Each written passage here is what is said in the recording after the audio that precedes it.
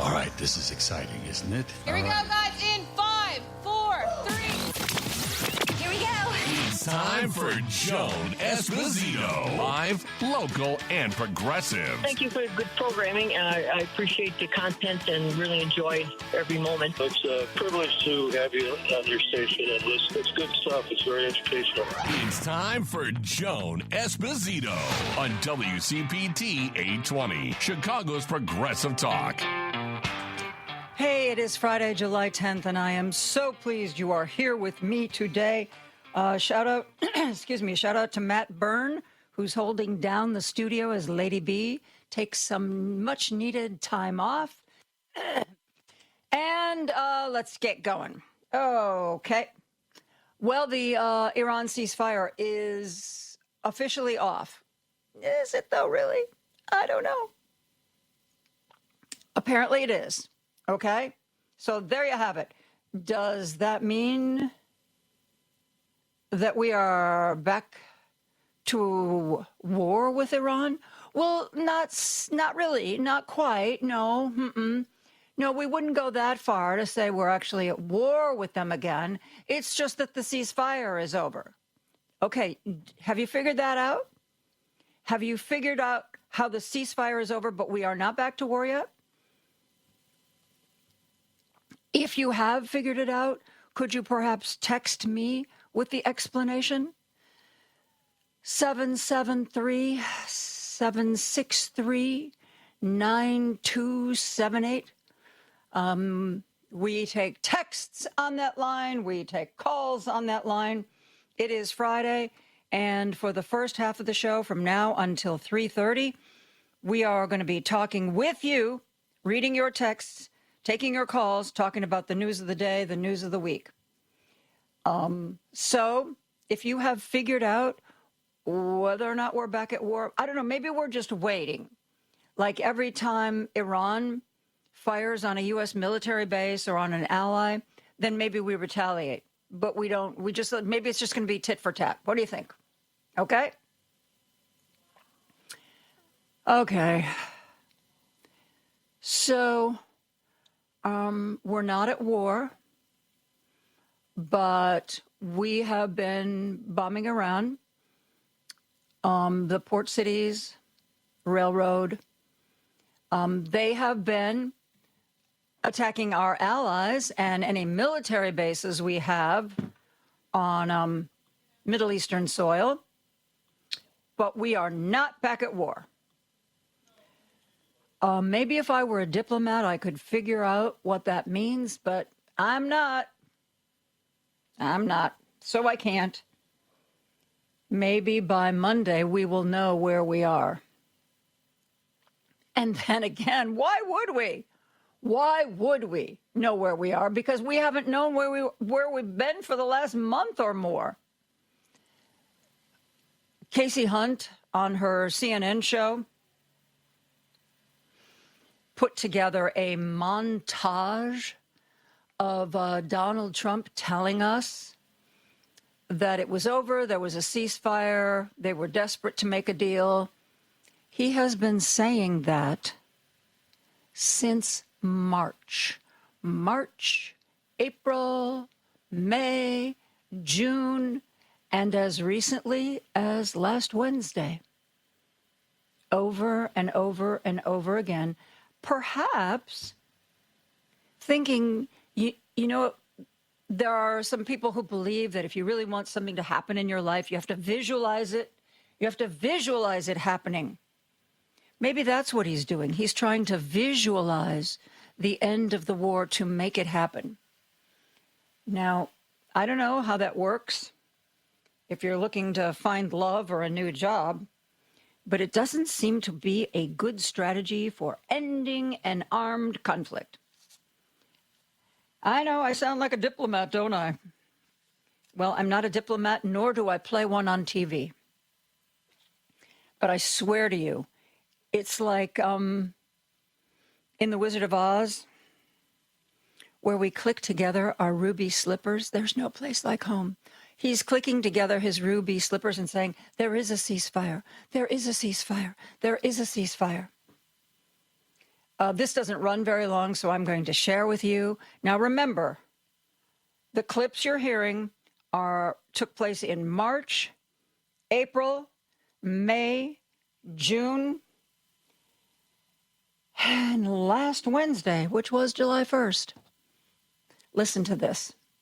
They want to make a deal. And they want to make a deal so badly. They want to make a deal so badly. I do see a deal in Iran. It's looking very good that we're going to make a deal. This process should go very quickly. We're going to end that war very quickly. We're in the final throes of what will be a very, very good deal. And they want to make the deal a lot more than I do. We have our deal done with Iran, and it should be successful. We're making an amazing deal with Iran.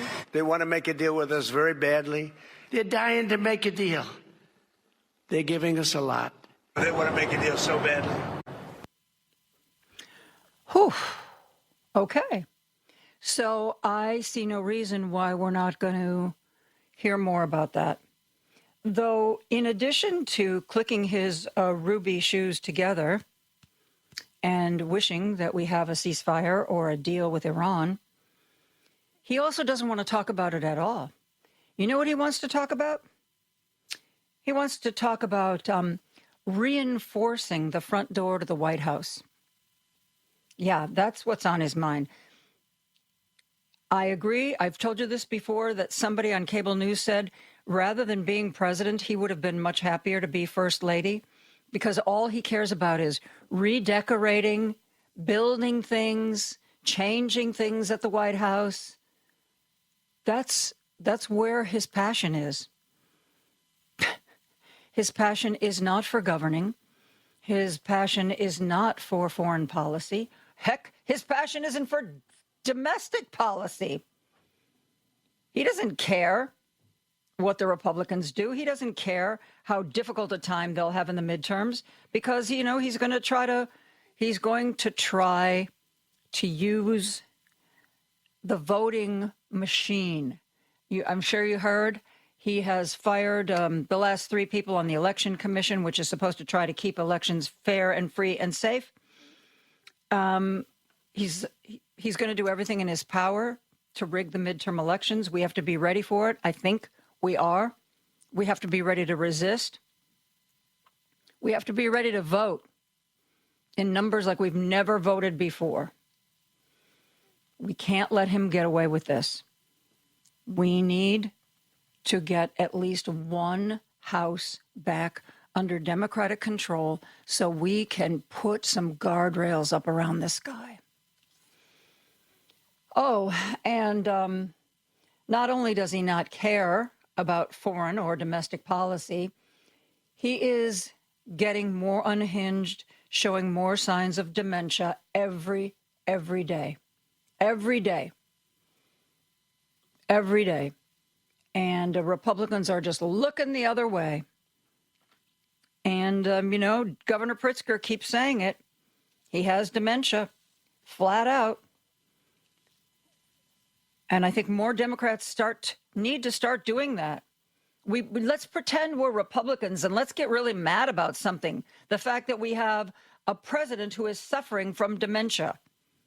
Let's shout loud and long and every day and every hour if we need to. Other voices need to join J.B. Pritzker. The man has dementia. On MS Now, Nicole Wallace put together some clips of Donald Trump just being absolutely untethered. You know, I already told you that he talked about the missiles being dropped by the Islamic Republic of Japan. He was sitting next to Zelensky and said, hey, you guys got any questions for President Putin? She put together some of the most bizarre things he said. And this was not over many press conferences. All this bizarreness comes from one sit down with the media. He is an embarrassment. He is erratic. He is not to be trusted, not only by Europe, but by us. We cannot trust this guy.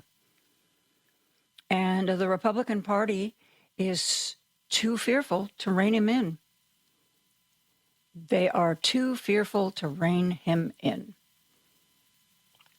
We got to vote in the midterms. We got to vote in the midterms. Anyway, I want to share with you the little clips that Nicole Wallace on MS Now put together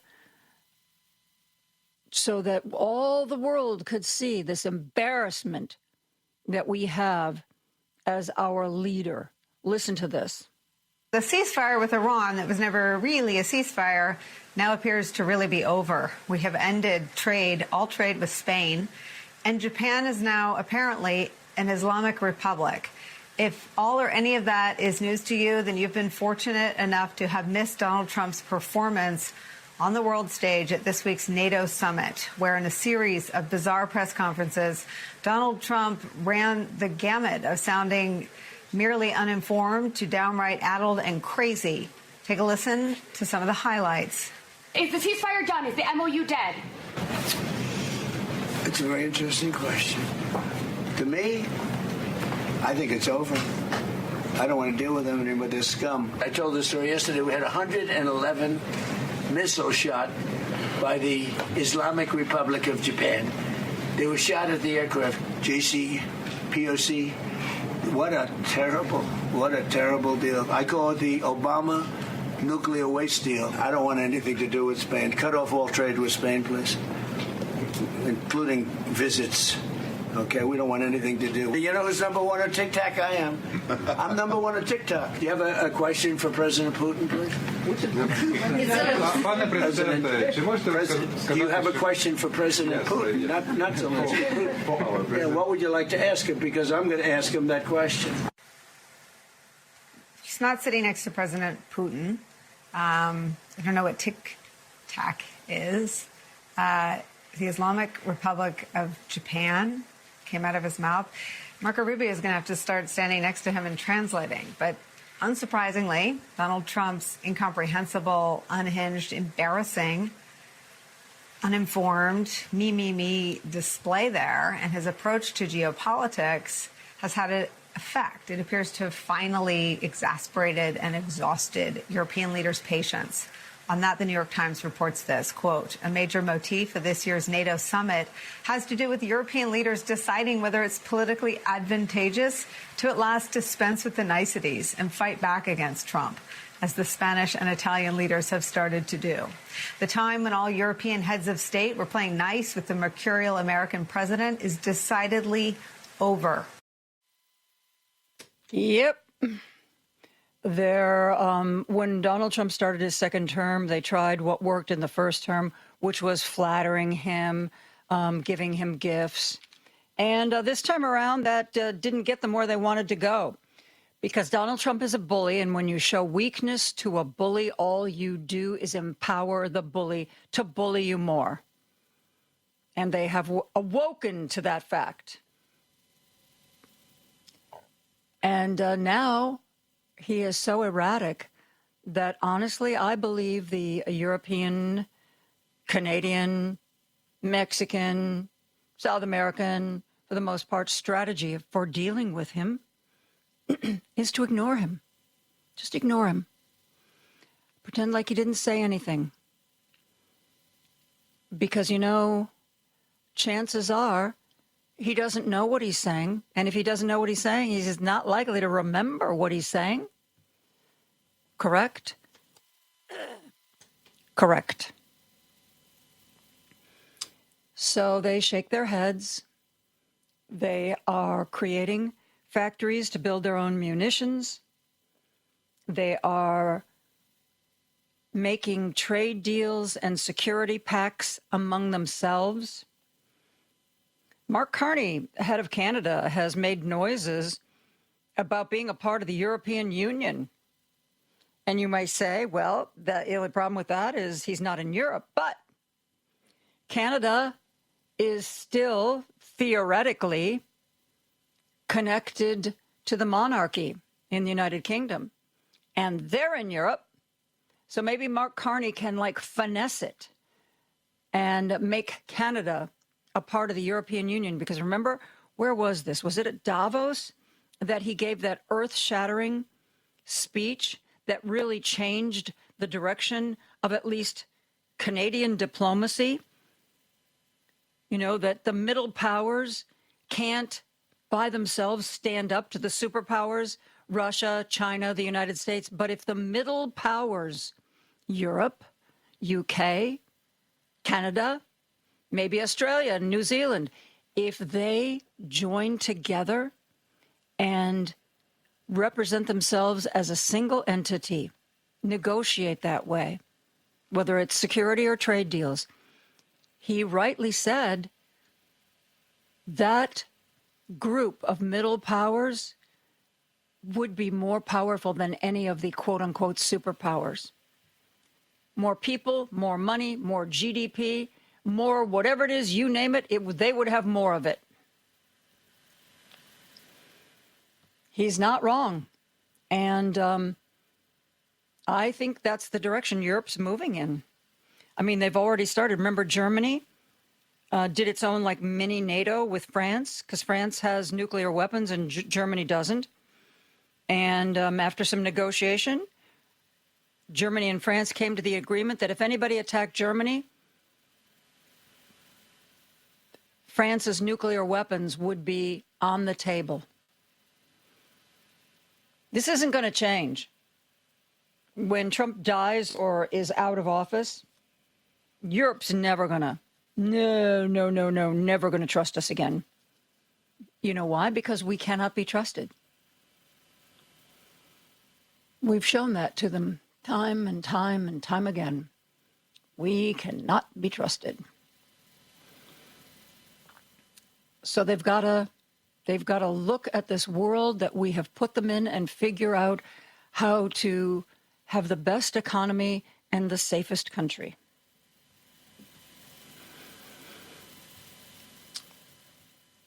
In the time, in the time we have before the break, I want to talk a little bit about Maine. Graham Plattner said yesterday that he is going to exit the Senate race, and he'll file the paperwork, on Monday, the last possible day. Last possible day to file it, just because the rumor is he wants to have a voice in who replaces him, which doesn't usually happen if you are leaving in disgrace. If you are leaving because you're sick, or if you're leaving because you just don't want to do it anymore, then you might have some input into who's going to replace you. But when you are leaving in disgrace, and the Maine Democratic Party has kind of made that clear. They have a number of candidates who are willing to jump in. When I was talking to Aaron Kleinman yesterday from Heartland Signal, he does that newsletter for us that you should be signed up for, Radio Free America. He said that, Plattner was, even though Plattner came from a wealthy family and had a very expensive private school education, he really billed himself as like a man of the people. I'm an oyster farmer. I'm just like you. Well, there's somebody who is one of the contenders to replace him who actually is a man of the people. Unfortunately, he's not quite as charismatic a speaker as Graham Plattner, because Graham Plattner, he could speak. I mean, he's been problematic all along, but when you hear him speak, all you can think of is, yes, this guy gets it.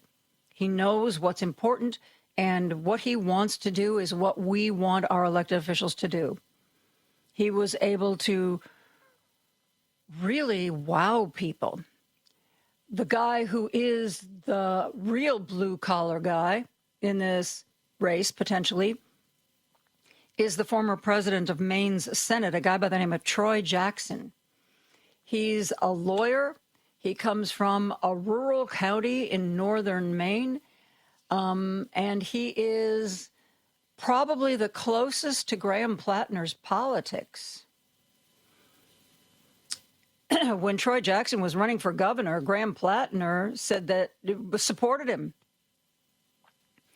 that he would support. He thought Troy Jackson would make the best governor of Maine, but Troy Jackson came in third in that particular race, but now he is trying to work with the Democratic Party of Maine, who has at least a half a dozen names, to be the person who is selected to represent Maine. He was interviewed. Troy Jackson was interviewed by Katie Tur on MS Now. It's a really interesting exchange. Listen to this.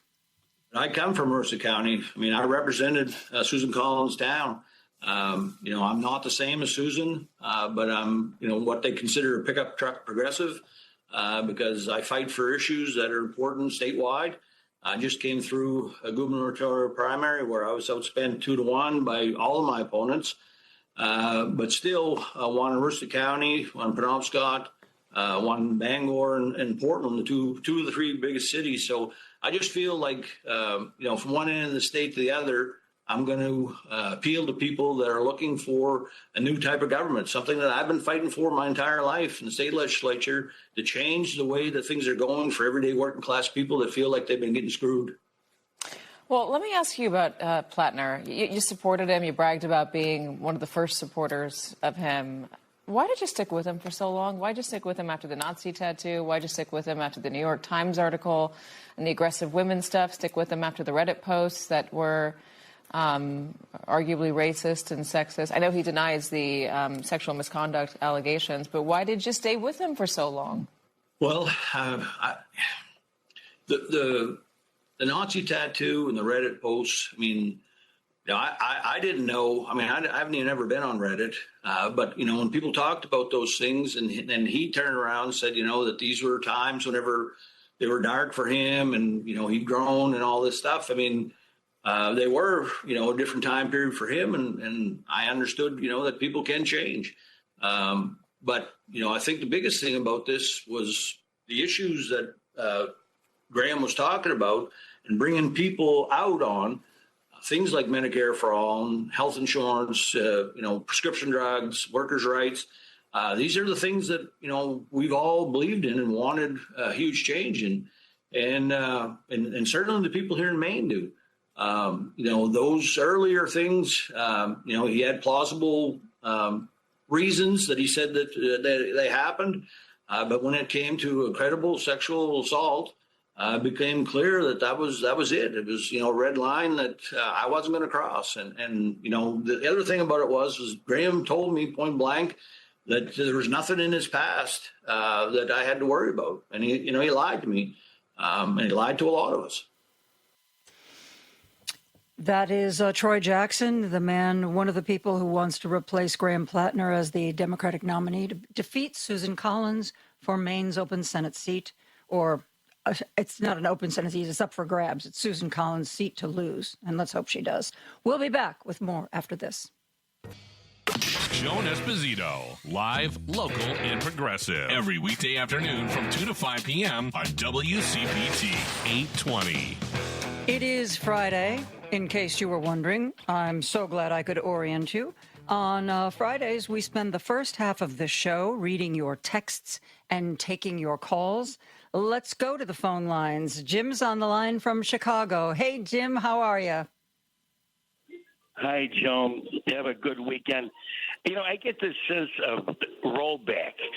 The Republican Party from Project 2025 and the Supreme Court are trying to roll back all the Democratic initiatives since the 30s. I mean, workers' protection, Social Security, you go to the 60s, USAID, the SNAP program, HUD housing, I mean, you name it. But these are all well-thought-out programs that didn't just pop out of their heads.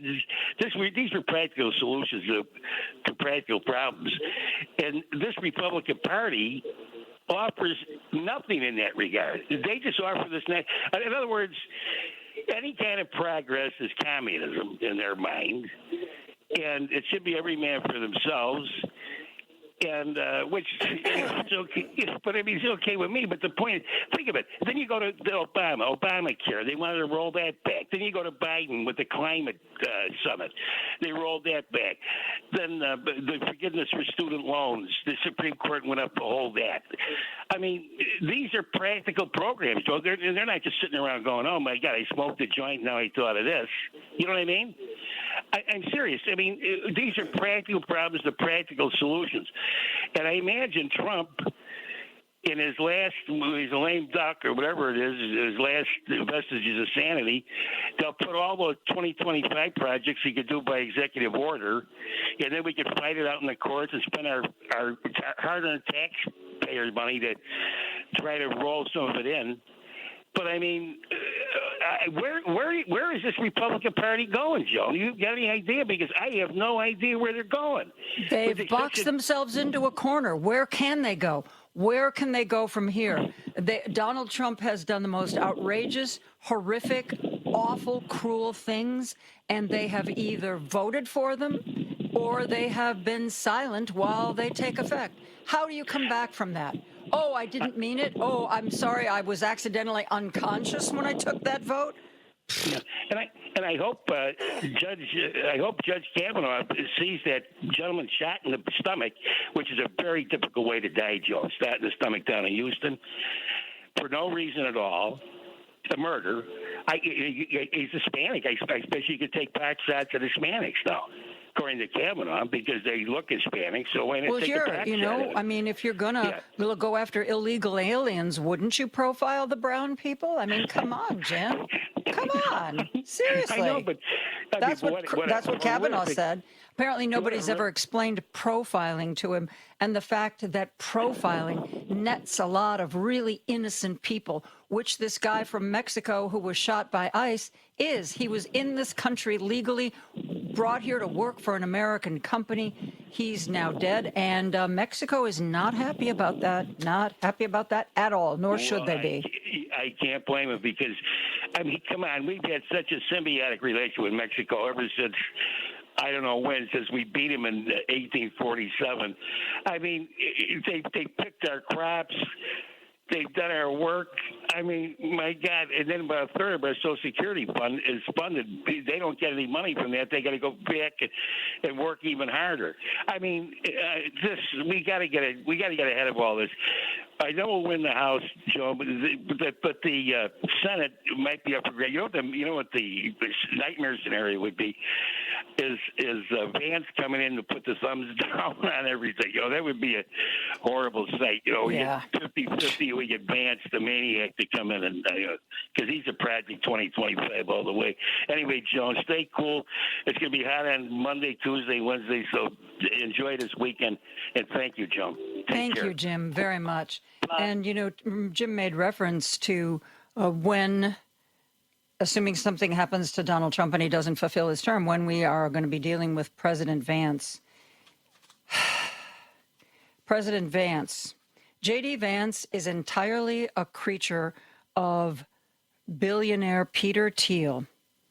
Peter Thiel, who is now relocating his family to Argentina because Peter Thiel is convinced that there is going to be a nuclear World War III. He really is convinced that really the world is just going to go absolutely nuts. He bought some land in New Zealand.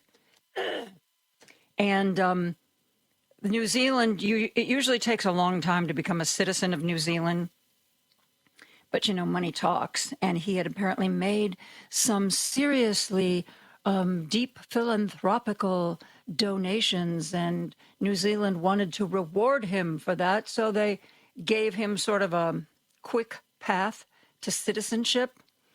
And he bought a bunch of land.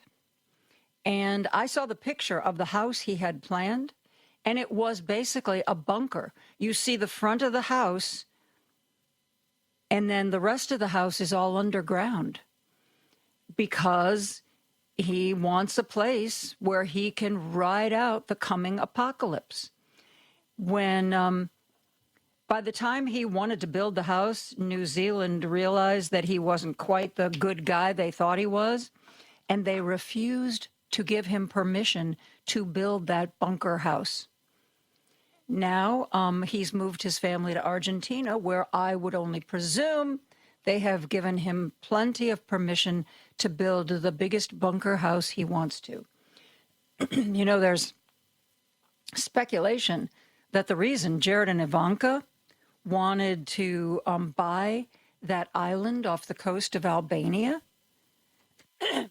it wasn't because it was so beautiful. Oh, we fell in love with it. It's so beautiful. No, Ivanka, that's not why. Because it was set up as a military installation. It has bunkers that you can see on the top, but those bunkers go down and down and down. It has been described as there is a virtual city underground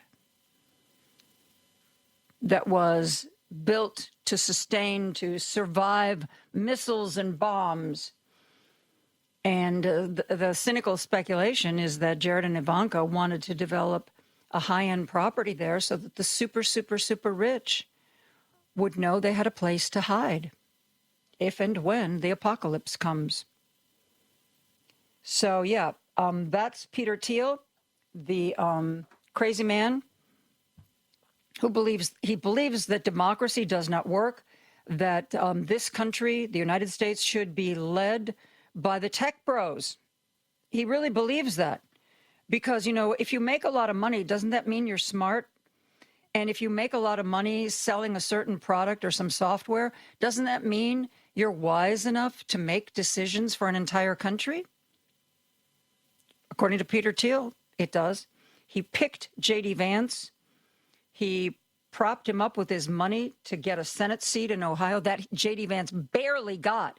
Even with all of Peter Thiel's money, he barely won. And Peter Thiel is supposedly somebody who told Donald Trump, J.D. Vance, make a great vice president. He really should pick J.D. Vance. And you know, Donald Trump loves to suck up to people who are really, really rich. So we might be, at some point in the next couple of years, led by President Vance. Would he continue to be Peter Thiel's puppet?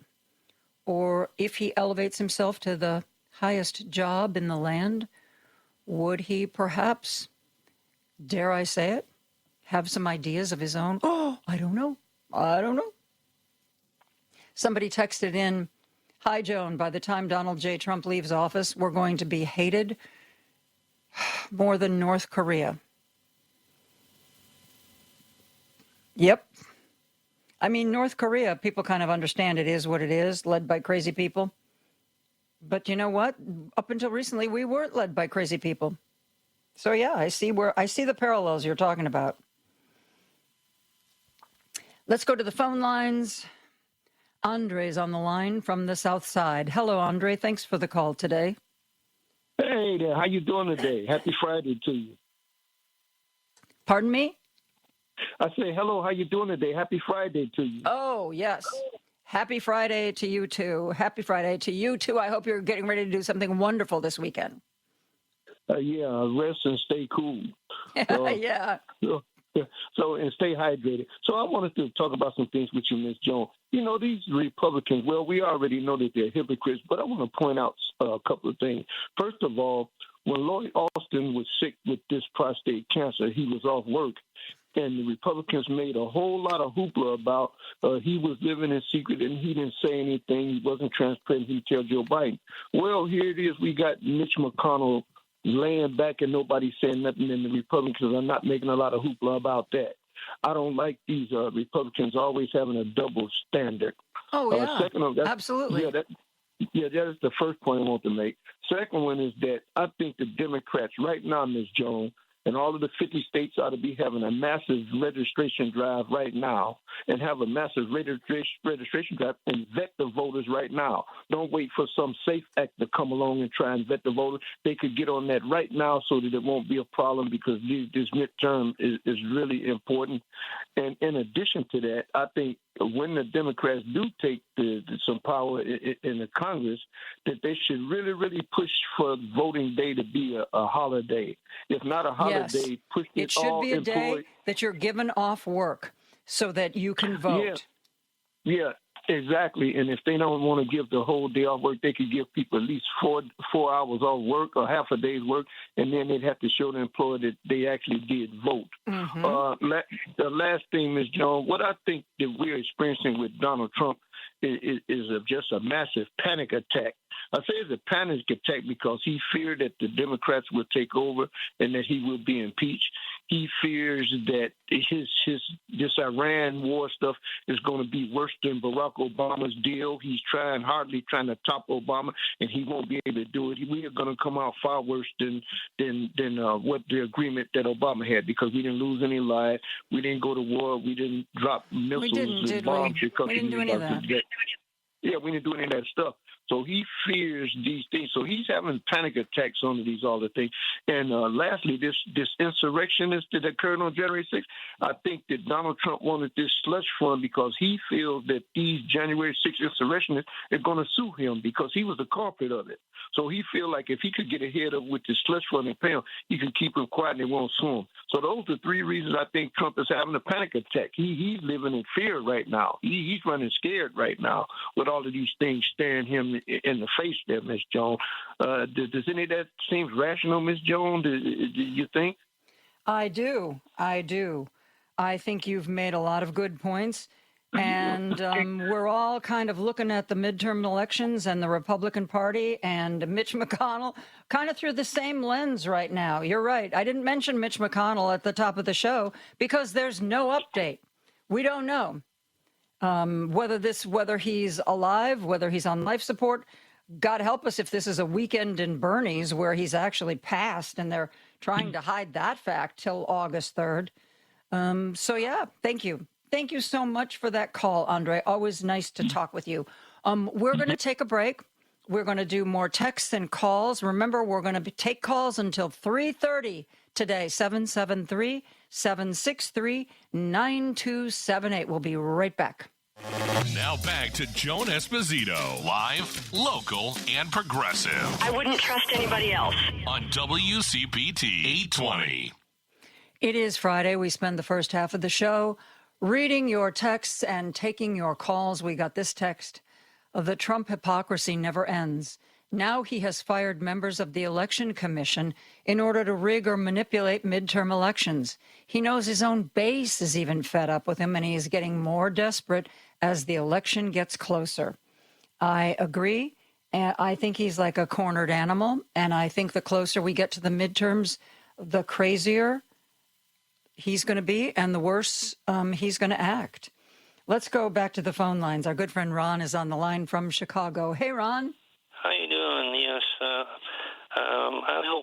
hope they fix the reflection pool very soon. I want to see the green algae growing again and the paint peeling. And who are they going to blame for that next time? Maybe you. No, I wouldn't do that. And they already accused 6 people of vandalism. One of them was a woman who put some paint chips in her purse, so she's being picked on for that. So. Yeah, those cases. I can't even believe Jeanine Pirro was willing to let prosecutors bring those cases. It is going to be an embarrassment. And I hope as each one of those cases is dismissed, that the people who have been accused file suits for emotional distress and that the government needs to pay their lawyers' fees and compensate them for the emotional distress they have gone through. Right. And Trump refuses to give federal aid, disaster aid to blue states, to its red states, and he's bragging about this on Truth Social, and he also made a music video about this. In the music video, he has a character called the Grim Reaper, and in that he's singing and dancing. He's just a sociopath. Yep. He's a malignant narcissist who is coming apart at the seams, and I think that makes him extremely dangerous. Extremely dangerous. And also, one more thing, 250 years from now, we're going to have the Quintennial celebration, 500 years. And at that time, the historians will all agree that Trump was the worst president of all time. Absolutely. I think we can pretty much give him that title right now. Okay. All right. Thank you much. Thanks, Ron. Appreciate that. Let us go back to the phone lines. Our good friend Steve is on the line from the Gold Coast. Hey, Steve. Hello there, Joan. So I want to make a few comments. One with regard to what's going on in Maine. I mean, Graham Plattner's not a complete idiot. I mean, to quote one of our former governors, this thing is golden, i.e. who gets to be, the next senator from the state of Illinois. In this case, it's the next senator from Maine. So Graham Plattner's hoping that, I've got enough in the bank as far as political support and other sorts of power that I can leverage. And if I can get something for that, in exchange for giving that up, then fine. I'm willing to throw my endorsement behind them. I'm willing to drop out all of this. This is what gets discussed behind closed doors. So despite the fact that his political career is done, he knows how important who holds the Senate is going to be in this coming election, and he knows how much money is going to be coming into states like Maine, and he knows how important this is to the Democratic Party. So, what are they prepared to offer him behind closed doors in order to just move him aside? And then, hey, perhaps there's an appointment somewhere, a job somewhere, hey, all sorts of things, again, these are extremely coveted seats. And if you can... But do you really think, it takes such a tremendous sense of self, such a tremendous ego to win these kinds of jobs. And it is very, very difficult to convince someone that they need to walk away. Oh, absolutely. But I think he realizes it. I think now it's just a question of, okay, what can I finagle out of this? I don't think I'm going to be this next senator from Maine, but is there something to be had by agreeing to drop out, throwing my throwing my name behind somebody, or perhaps not bothering to, participate at all, anything to move this process forward. And, the other thing is that, this is a sort of, for Democrats, their George Santos moment. Nothing against the people of Maine, but, Maine is this small state. They have a total population in the state. It's about half of the population of Chicago. So, so they really don't have some sort of giant media apparatus and press and so forth that could really dig into people, unlike, say, Chicago or New York or L.A., other major metropolitan areas. And, as what happened with George Santos, it's just, just let him skate by. He hasn't served on anything other than local boards and that sort of thing, these sort of, nothing positions, and all of a sudden he wants to be the senator from Maine. And, again, nobody had dug into his past like they should have. They didn't do their job. Again, it's Maine, so they don't really have the same kind of capacities that other media centers have, journalism centers. But, okay, that aside, now we are where we are. So the question becomes, what's next for Maine? And like I said, he's hoping to finagle something out of this. And then, let's hope that now whoever is the nominee, because it is Maine, if it were California or New York or even Illinois, I'd say it's a Herculean task, because you have to set up an entire apparatus in order for your campaign to be on the ground as soon as possible to compete. But given the size of Maine, it's actually possible for somebody to jump in at this late date and still make I think it we work. forget about that. We forget how tiny Maine is. And Maine is a really interesting state because they are, they're kind of, I don't know, they're independent in thought. They're independent in action. They don't really care about what any other states are doing. It's a really interesting mindset that I think is present in a lot of Maine politics. And I agree with you. We have until, July 27th. And I think they're going to get another nominee. And I hope they pick someone who can take what Graham Plattner has built and run with it and that we get rid of Susan Collins once and for all. But, I thought that Ron Johnson, when he was up for re-election in Wisconsin, I thought that they could put a banana sandwich up against Ron Johnson and he would lose. And I was very much mistaken. So we'll see. Yeah. Well, the other thing that we have going for us, I mean, look, not to take away from any candidate out there running, I'm sure that they have their own platforms and, their own the way in which they are perceived by voters.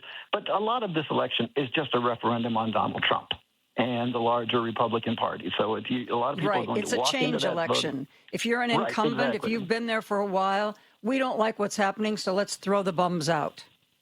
Yeah. I mean, people might not know who their congressperson is that's running against the incumbent, what their positions are. They only know that they want change. And especially, if you're a Republican, you're in a lot more trouble than you are if you're a Democrat in this country currently because of who heads your party. So, this is where we are as a country. I hope that we can secure stuff. Even if we don't take back the Senate, if we just narrow the margin, I believe that once, this train goes off the rails entirely, that there may be one or two Republicans who are willing to cross over and say, you know what, I need to salvage my career. I need to salvage the future of the Republican Party, because the Republican Party that's about to die is the one that has the MAGA hat on. And well, remember, until January, we have Bill Cassidy in the Senate, who Trump really screwed over. Tom Tillis no longer is a big Trump fan. Thomas Massey in the House, John Cornyn in the Senate. These are people that Trump has pretty much derailed their political life. I think that they should be ready to take a stand, especially the senators. They're old, they're rich. It's not like they need to suck up to the Republican Party because they need a job once they leave the Senate. So let's see. Yeah, and even if you want to be just pragmatic about it, I mean, there are people who I know for a fact are looking for a Republican Party post-Trump. And if you can be perceived as, okay, I'm a Republican, and there's voters out there that still want a Republican voice but don't want a MAGA voice, then you can be that person going into 2028. And so, there's a lot of opportunity out there. Thanks for the call, Steve. We are going to take a break for news. And when we come back, we're going to read more of your texts and take more of your calls right after this. Joan Esposito, live, local, and progressive on WCPT 820. Every Friday, we spend the first half of the show taking your calls, reading your texts. Let's go back to the phone lines. Let's go to Indiana, where Ken is on the line. Hey, Ken, how are you today? Thanks so much for the call. Hi. I wanted to say a couple things, but the first thing is in Indiana, I've noticed a lot of people from the South moving up here. That usually happens when the economy goes south. They come north for work. So they're taking a lot of the jobs like, clerks and store clerks and gas station attendants and wherever they just have taken those positions. No education required. That was first thing. Also, we're starting to see a lot of Texas license plates for some reason. I don't know what they're moving here. They're buying up houses and property, and they're just around a lot. I see them. I ride my bike around town. I just live in a small town, and I just see a lot of them. And I don't know if they're leaving Texas for here. We're kind of like their sister state now. But that was two observations I've had lately. But the main thing I was calling is I read this thing about California. Have you heard that higher education, the schools, universities, colleges are stockpiling weapons? I did not see that article until Matt, who's back at the studio, forwarded it to me, because he put down what you wanted to talk about, that, munitions being stored at California universities. And I was like, I've never heard of that. That doesn't sound right. That doesn't make any sense. But according to an article originally posted by Cal Matters and reposted by The Guardian, a 2021 state law allows campus police to own military equipment for civilian safety, including AR-15s, grenades, and submachine guns. That is terrifying. I know. Why? Are they preparing for something? Do they know something that we don't know? Are they thinking it's really going to go south? And then, well, that's it's kind certainly of nuts. seems that way. Know. I know right. that local police departments, whenever the military wanted to get rid of some equipment they were upgrading, they would offer military-style weapons to police departments, and that has now happening much less often than it used to, because people are like, yeah, you know what? Our cops don't need to have military-grade weapons.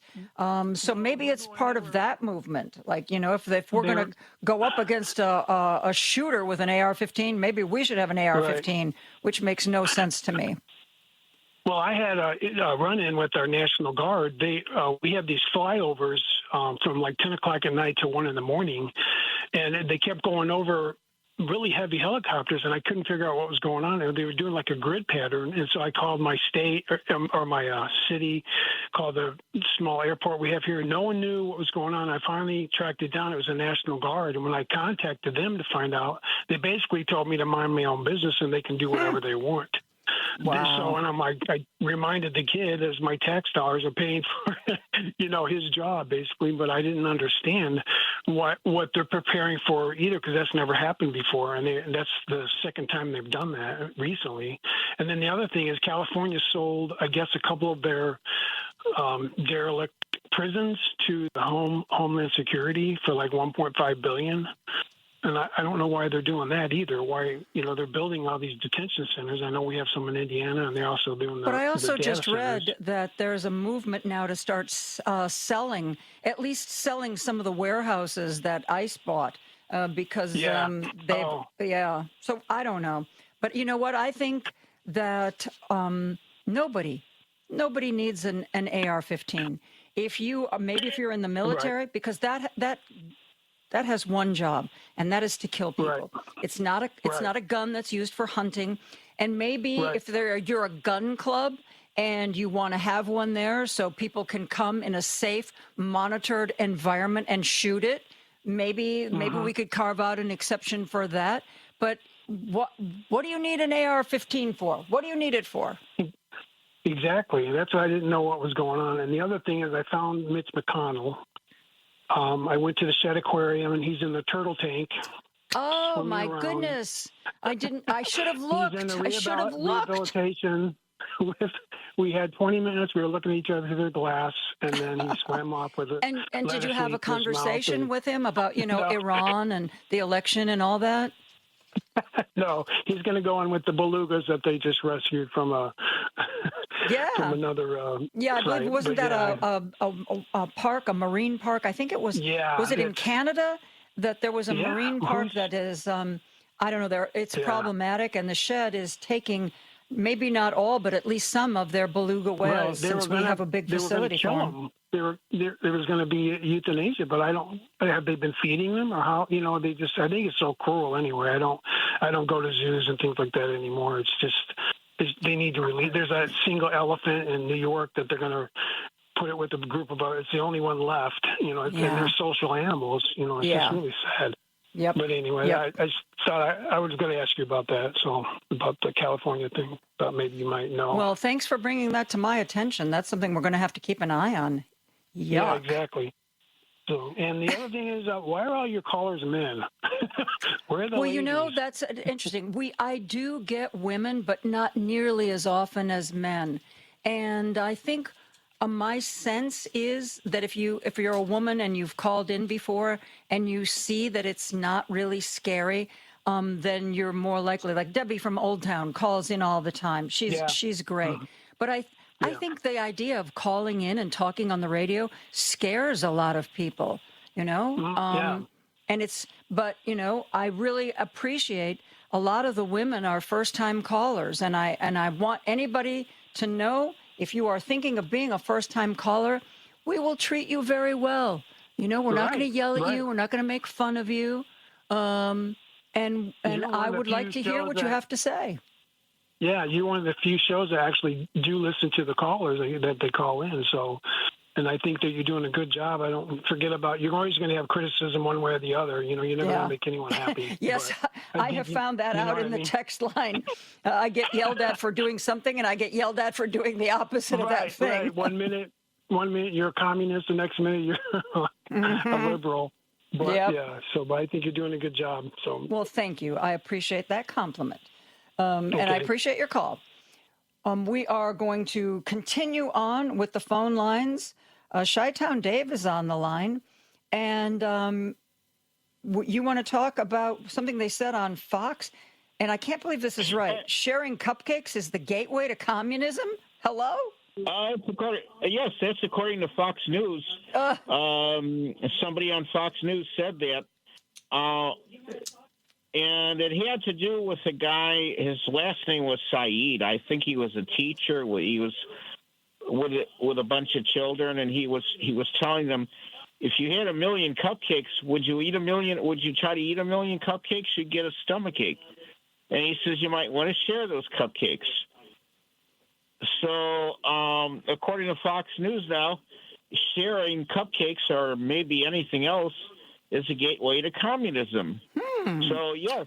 Interesting. I'm proud to be a communist, so I guess the government would have to take over all the cupcakes. The government would take over. They would nationalize all the cupcake factories and take over all the cupcakes and then distribute them to the people on a basis that they consider equitable.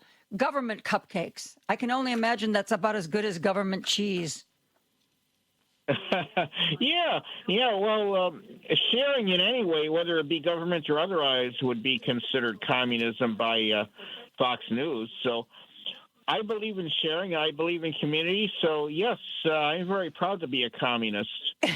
I'll say it right here on the air to anybody out there who wants to challenge me. I'm definitely proud to be a communist.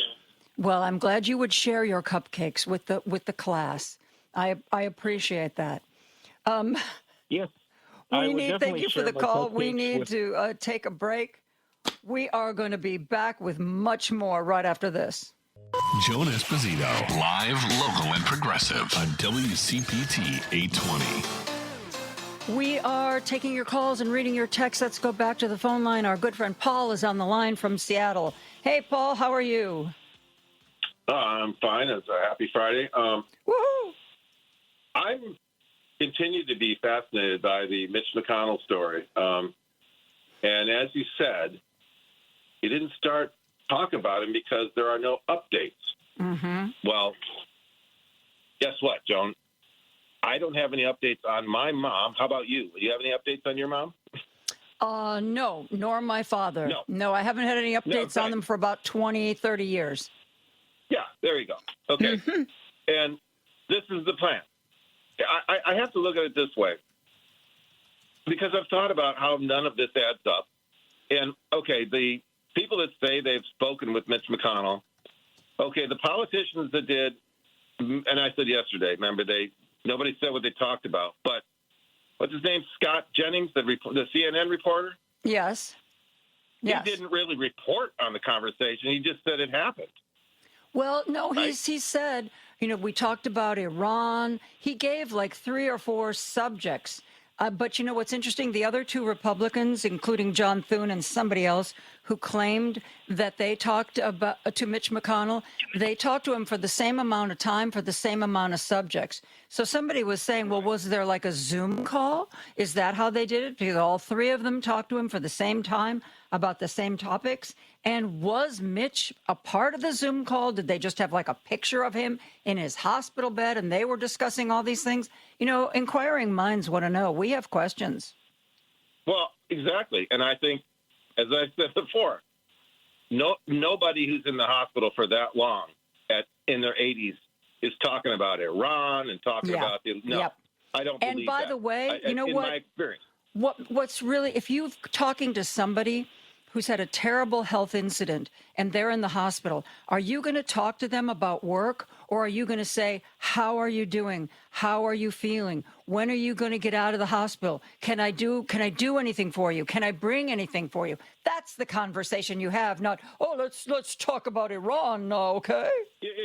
Exactly. So it comes down to Occam's razor, right? You know what that is? That the Occam's razor is the simplest, the most probable and likely is what's happened, because at this point, the probability, and you just weigh this one.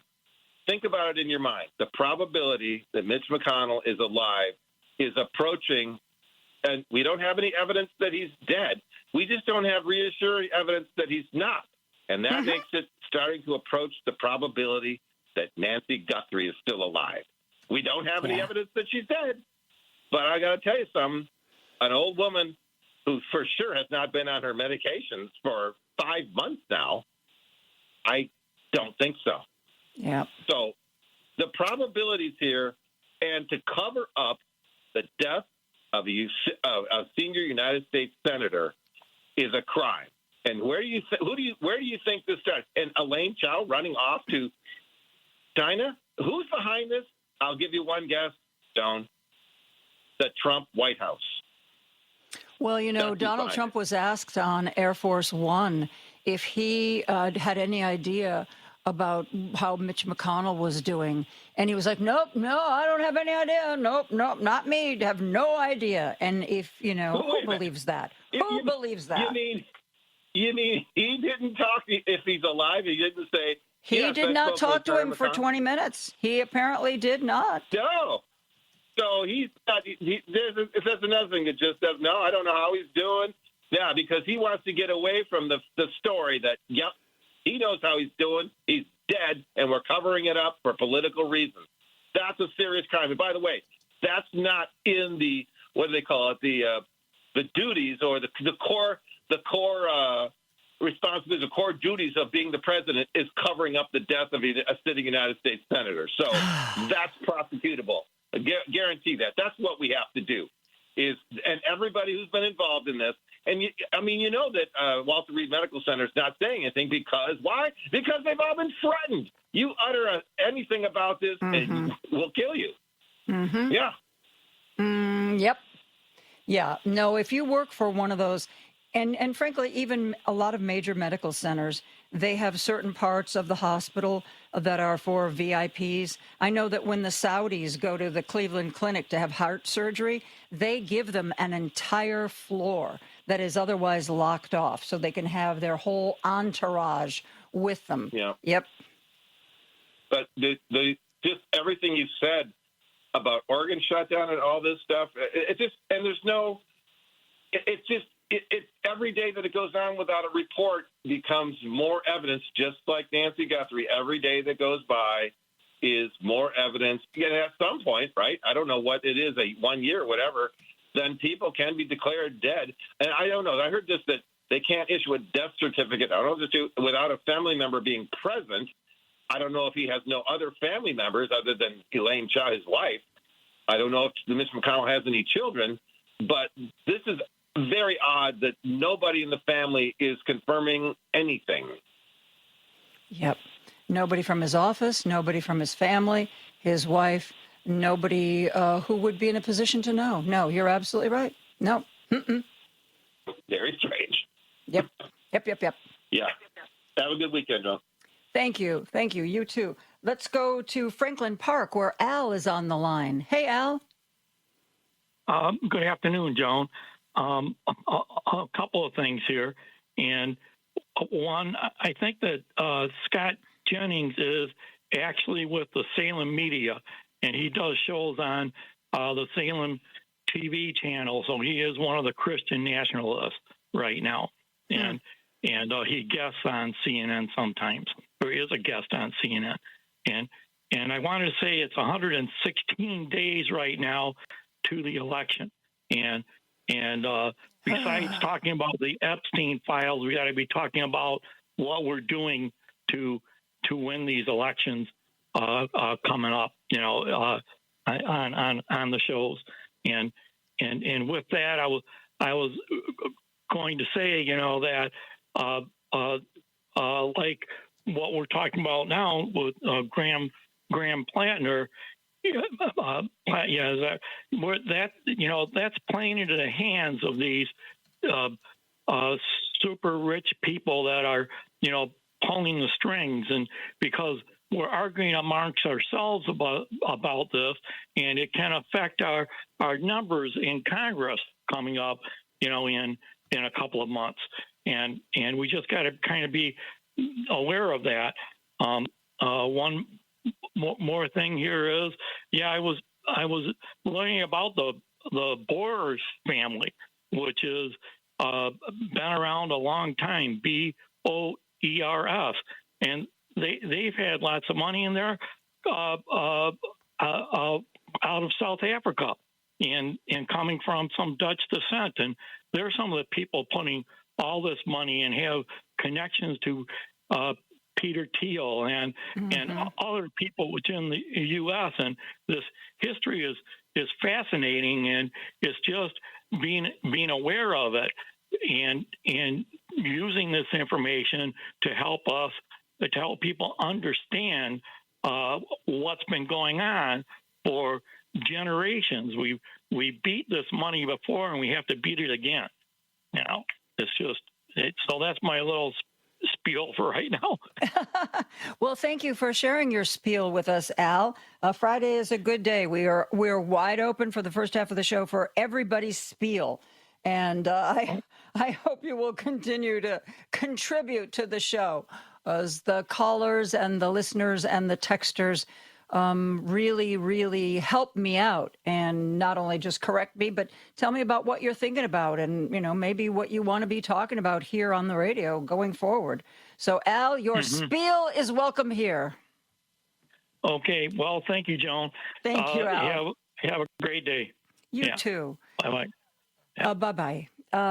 Our good friend Dave is on the line from Hoffman Estates. Hello, Dave.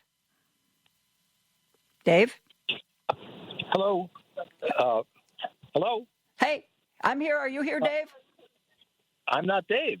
I'm Richard. Okay. Matt, who am I talking to? Richard from Chicago. Oh, Richard from Chicago. Sorry. Yeah, Sorry about that. Yeah. No, that's fine. That's fine.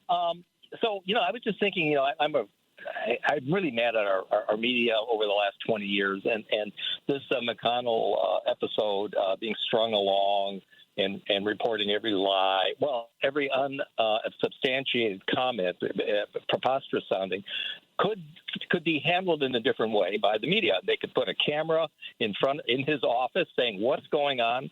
They could do something about this. Instead, they want to milk this thing. And, I don't see this as going on forever, because is it going to be 2.5 months before, this up to the election, if they're worried about replacing them and all that. But it is just so emblematic of where we are with the mainstream media. And but the other reason I called, which has just gone right out of my mind. Happens to me all the time, Richard. I feel your pain. It has to do with firing these 3 people on and the media's treatment of it. We'll have to wait and see how they handle this. But with all of the talk of stealing the election on both sides, by the way, and having a fairness committee, a group that now he's fired everybody on, and no one is demanding a justification. Why are you doing that? Mm-hmm. Maybe he won't answer, but put a camera in his face. Yep. And let everybody see it. And it's so crazy. The media it seems to be handling Republicans these days with kid gloves. They really do. I don't know what's going on, but I agree with you. There are so many areas where I think the media needs to step up its game, and that's just one example. Yeah, and I'm going to start calling them, the Democratic leadership, because I'm sick of them not stepping up to this. I mean, our free and fair, it ought to be a no-brainer. Free and fair elections should be the foundation of a democracy. And when people are trampling on it for this length of time, it seems to me that the people of this country, more at least, would wake up and demand that we don't have these kinds of things going on. And this is a perfect example or a perfect opportunity to start that kind of, change, I guess, in how just trying to get people aware and try to get our politicians on the Democratic side to jump on this thing. I mean, this is a very And we treat this we've become so complacent and so molded by the crappy reporting that we're getting that, we just accept it. I mean, everybody's going to forget about this probably by Monday. And to me, it's a fundamental issue. Yep. What's the reason for this? I agree, So Richard. anyway, I'm sorry. We're getting into a break. Richard, thank you so much for the call. Appreciate it very much. We are going to take a break. We're going to be back with much more after this. Don't turn that dial. A dangerous mistake to make. Joan Esposito, live, local, and progressive, returns right now on WCPT 820. If you spent any time watching the news in Chicago, you know the name Ray Suarez, longtime Chicago reporter, moved to Washington, D.C., went on to much bigger and better things. Last time we talked to Ray, it was about his book, We Are Home, Becoming American in the 21st Century, an Oral History. He joins us now again, and now we're going to make him talk about himself, his book, and the news of the day. Ray, how are you? I can handle it, Joan. Don't worry. I know you can. I wouldn't say it if I didn't think you were up to the task. I have faith in you. Hey, I saw on social media where a podcast you did called The Middle, they posted a quote from you that I thought was great.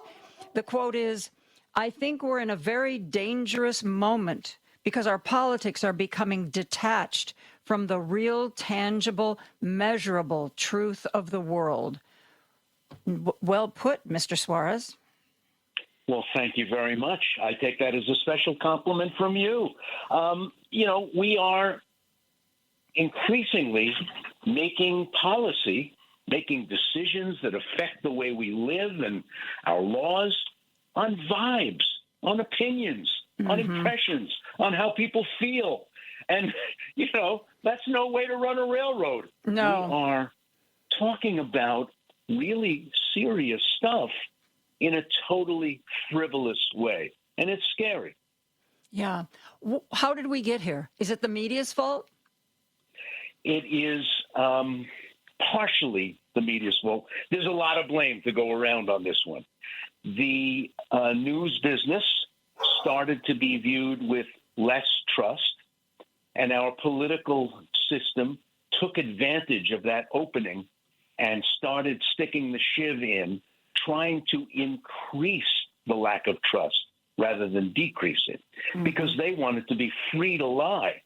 Our leaders wanted to be free to tell us whatever version of the truth they wanted to hand down, and they didn't want a pesky media saying, well, hold on a minute, that's not exactly correct. They wanted a free fire zone, and they got it. Anytime a discouraging bit of fact comes along, they can just say, well, that's not really true. The media's lying to. It's a terrible, terrible thing to destroy one of the pillars of our way of living together. Yeah. And say, no, forget it. Don't trust them. Trust me, because I wouldn't lie to you, would I? The mainstream media, I think, really got scared when Republicans started taking them to task, saying, oh, you're all liberal. It's the liberal media. You hate us Republicans. And I think organizations like the New York Times took that to heart. And I think they started to try to become very, very, very careful to not put them in a position where they had to deal with those charges again. And that disappoints me, because if you are doing the work and you are doing it well, then you shouldn't be responding to that kind of criticism. Oh, you're not being fair to us.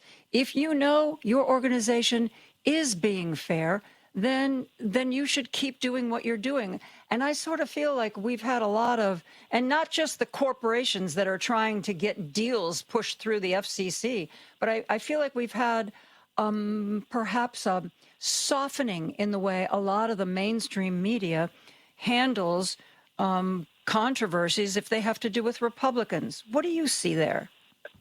Well, that's certainly part of it. And another part of it, it's three different streams. It's sort of the social role that the news business takes up, the oxygen that we breathe up in the national room. Some of it is the business, and it is a massive business. And some of it is the technology. So the technology and the speed at which it was moving was cutting away at our ability to talk to large parts of the public. The audience got broken up into tinier and tinier bits, so you could no longer speak to a broad platform of Americans. That was one problem. Then the perches that we stood on to talk to people moved from being the most important business of the companies that owned us to just one line item in a vast corporate annual report. You know, the company that owns ABC, well, they ended up owning theme parks and movie studios and radio networks and all kinds of other things in addition to owning a news operation. The company that owns CBS ended up owning a vast number of properties, many of which depended on federal regulators to get their mergers and acquisitions through without any problem. So suddenly, the strategy was not built around telling the truth, whether they like it or not. You suddenly were looking out of the corners of your eyes saying, well, if we were to just fearlessly do our business here as CBS News, what else would we have to worry about with our movie studios, with our cable operations, with our publications, the publishing companies we own, the music recording industry that we own? It became no longer the main business of any of the platforms on which we spoke, either in print or in broadcast or online. The news business became just one small part of an enormous communications conglomerate.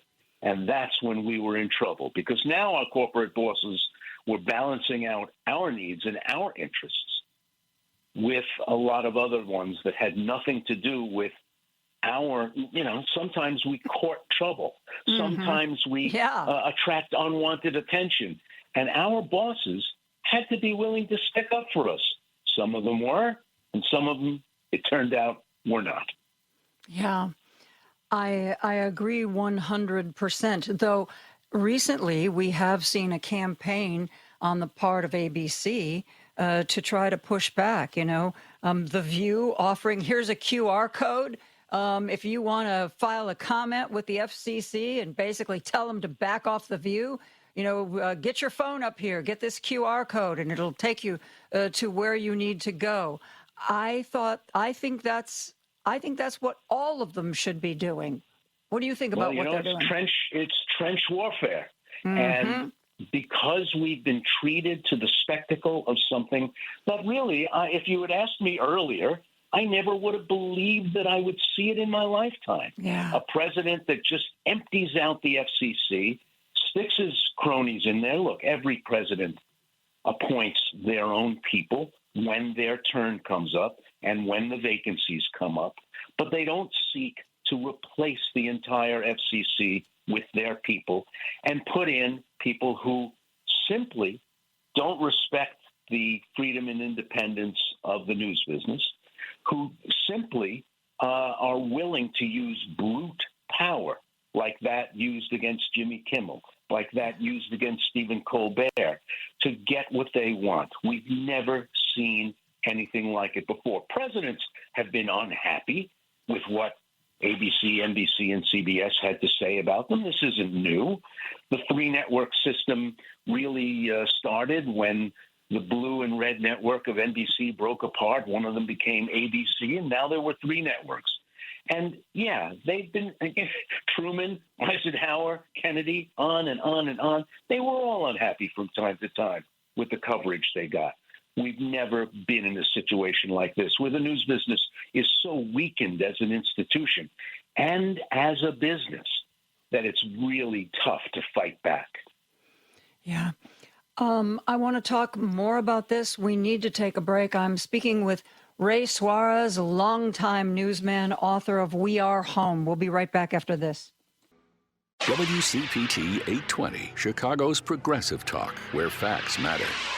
Joan Esposito, live, local, and progressive. Every weekday afternoon from 2 to 5 p.m. on WCPT 820. I'm joined by longtime newsman Ray Suarez. We last spoke when he put out his book, We Are Home. But for anybody who has spent any time in Chicago watching TV news, Ray Suarez is a name that you will be very familiar with. I know we did this before when we talked about the book, but for the listeners who didn't hear that conversation, walk through your career. Okay. Well, I've been involved in the news business one way or another since I became a copy boy at 19 at a New York radio station. Moved on to ABC Radio Network, then worked overseas for several years covering London and then later Rome and the Vatican. Came back to New York for a couple of years in network radio. Then in the early years of CNN, joined that network as a Los Angeles correspondent, headed to NBC in Chicago, where you and I worked together for many years, then moved to National Public Radio, where I was the host of NPR's Talk of the Nation, heard on WBEZ in Chicago for many years, then to the PBS NewsHour for 14 years, and Al Jazeera America for 3 years after that, until that network ceased operations. Since then, I've been writing and lecturing and teaching, and now thinking about how to sort of wind this down and do a little less. But I'm still working. Well, I have found, maybe this is true of other industries, but to work in television news, you really have to, you're high energy, you're really paying attention, you work on deadline, you really care about what you do, you're going 1,000 miles a minute.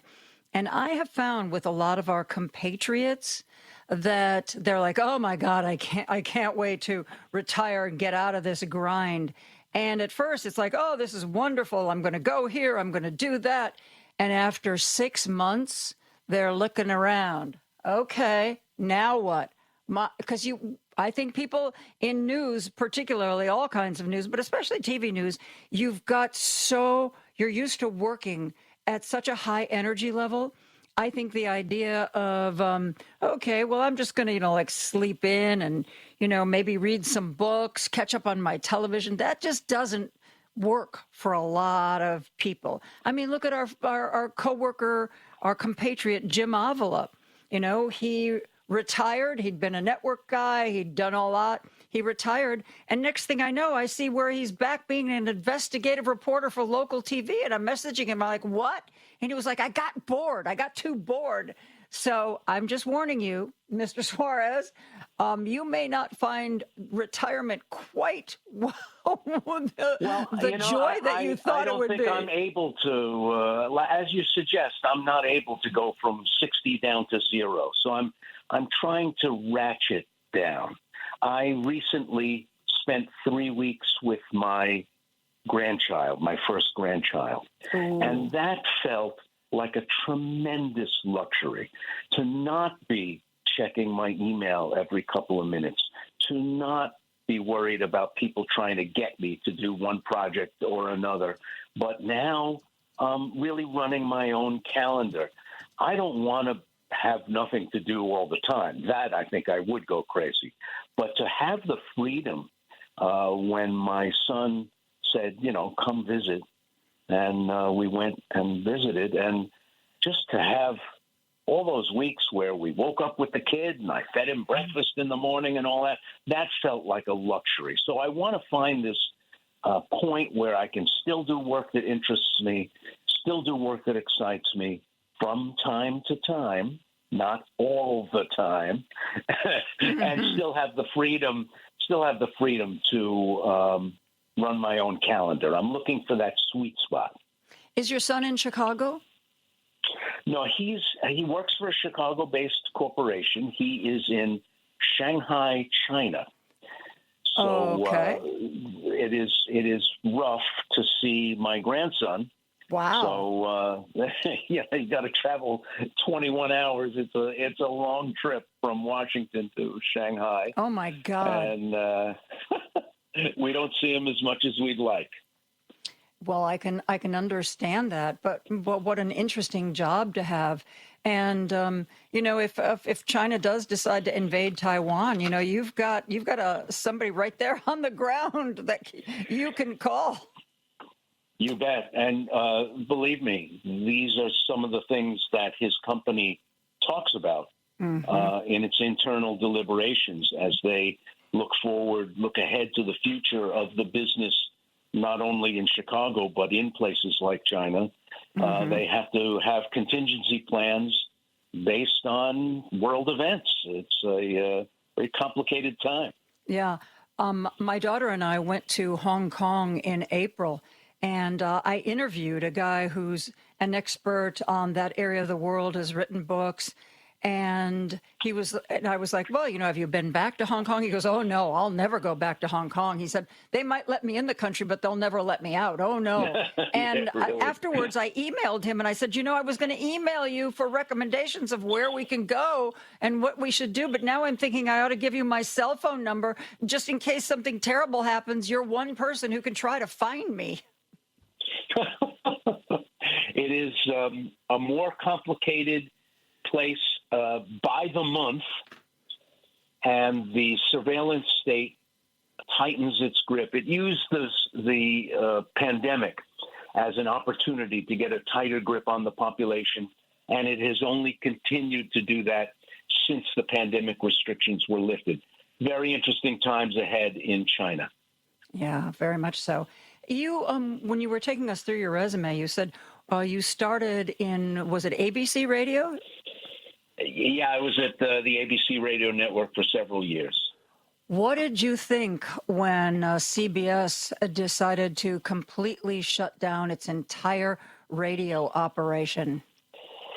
It was sad. I worked for CBS Radio when I was covering the Vatican. It's like Ford announcing it isn't going to make cars anymore. It would be like a great American institution saying, we're just not in that business anymore. CBS invented the idea of a radio network.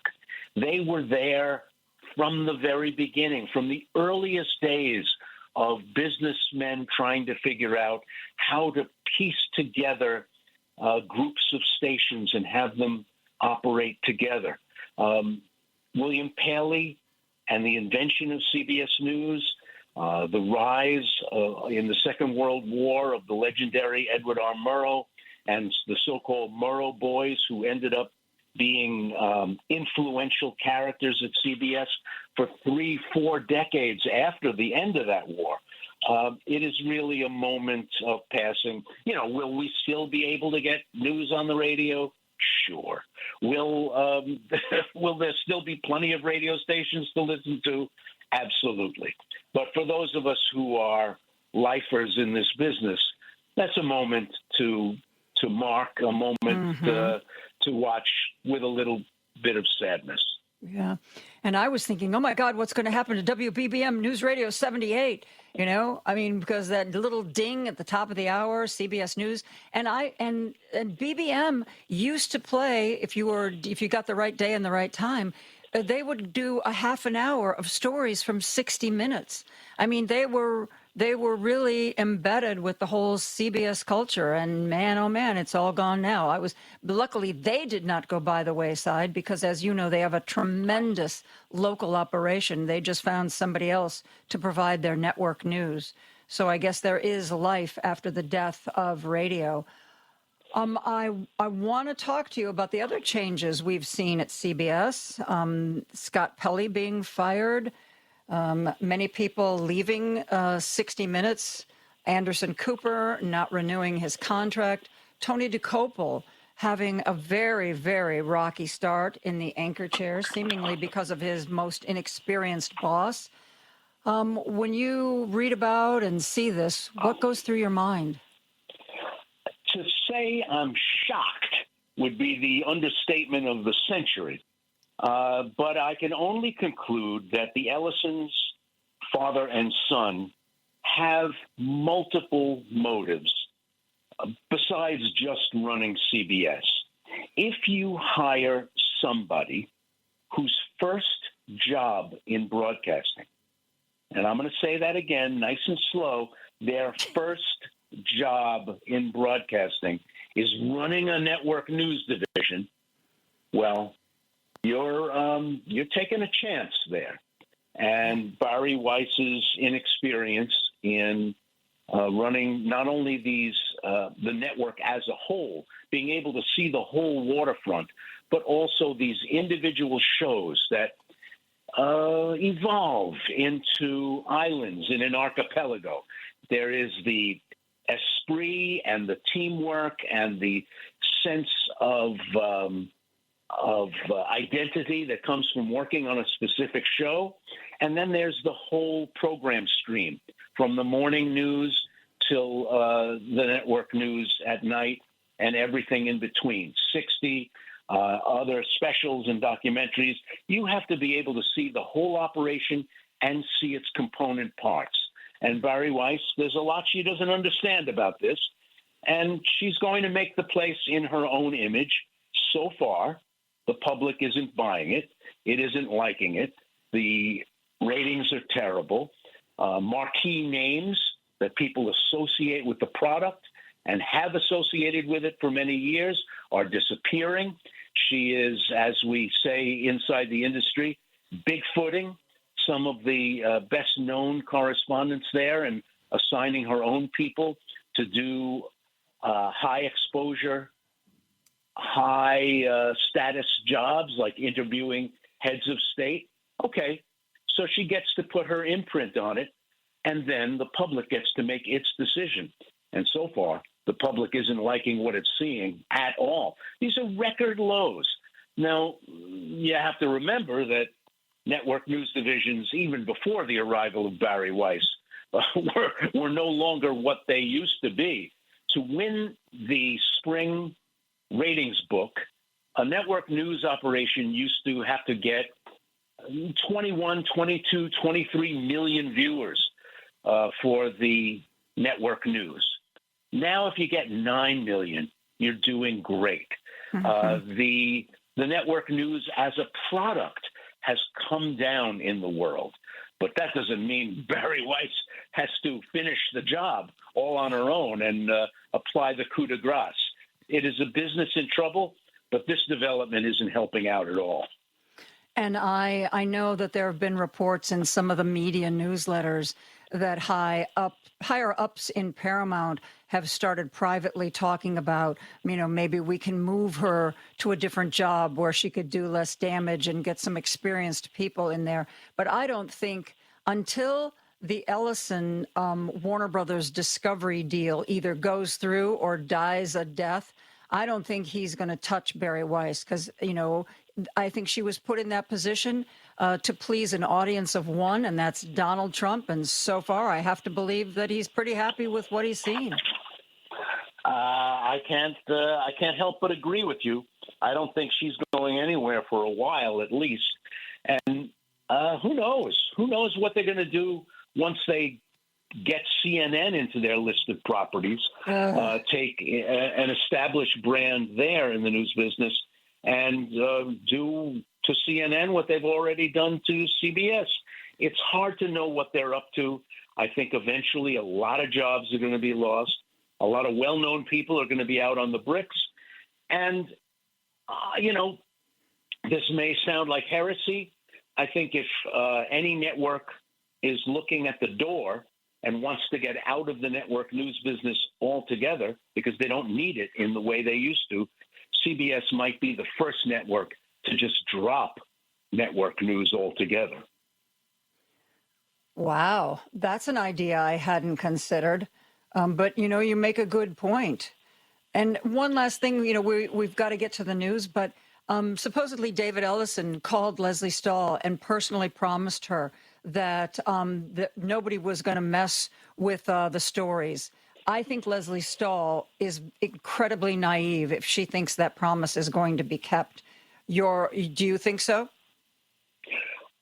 I think she should look down the hallway at Scott Pelley's vacant office and make her own conclusions. Yep. Nobody is too big to be shown the door at CBS. Nobody. Yeah. I'm speaking with Ray Suarez, longtime newsman, author of the book We Are Home, Becoming American in the 21st Century and Oral History. We're going to take a break for news and be back with more after this. Don't turn that dial. A dangerous mistake to make. Joan Esposito, live, local, and progressive, returns right now on WCPT 820. With me is Ray Suarez. You know him as a longtime Chicago newsman. He's now based in Washington, D.C. We talked to him when his book came out, his book, We Are Home. Now we are talking to him about his life and the news of the day. And Ray, I have to ask your professional opinion. I need you to weigh in on how I am handling a situation. Okay. For the last probably 3 weeks, when I try to update the audience on Iran, I tell them that they need to choose their adventure. Do they believe the Wall Street Journal? Do they believe the New York Times? Do they believe the Guardian? Do they believe the White House? Do they believe Iran? Because everybody is pretty much telling a different story every day. So you know what? Read it all. Figure out which one you like. Choose your adventure. I don't know what else to do with this. It is the hardest war to cover. And, you know, we've always been a little too credulous, we as a business, when it comes to using the government as a sole source of information. This goes back to, I don't know, World War II, when information was very tightly controlled and securely channeled. And ever since then, the news business as a whole, especially as it's gotten more dangerous to cover wars, has relied very heavily on government sources. In this case, the stories that the various governments involved are telling us are so different that, right, choose your own adventure is really all you can do. There are like 5 different wars being fought in one battle space, and depending on who's the one who's defining it for you. So I think you're handling it the only way it's possible to handle it.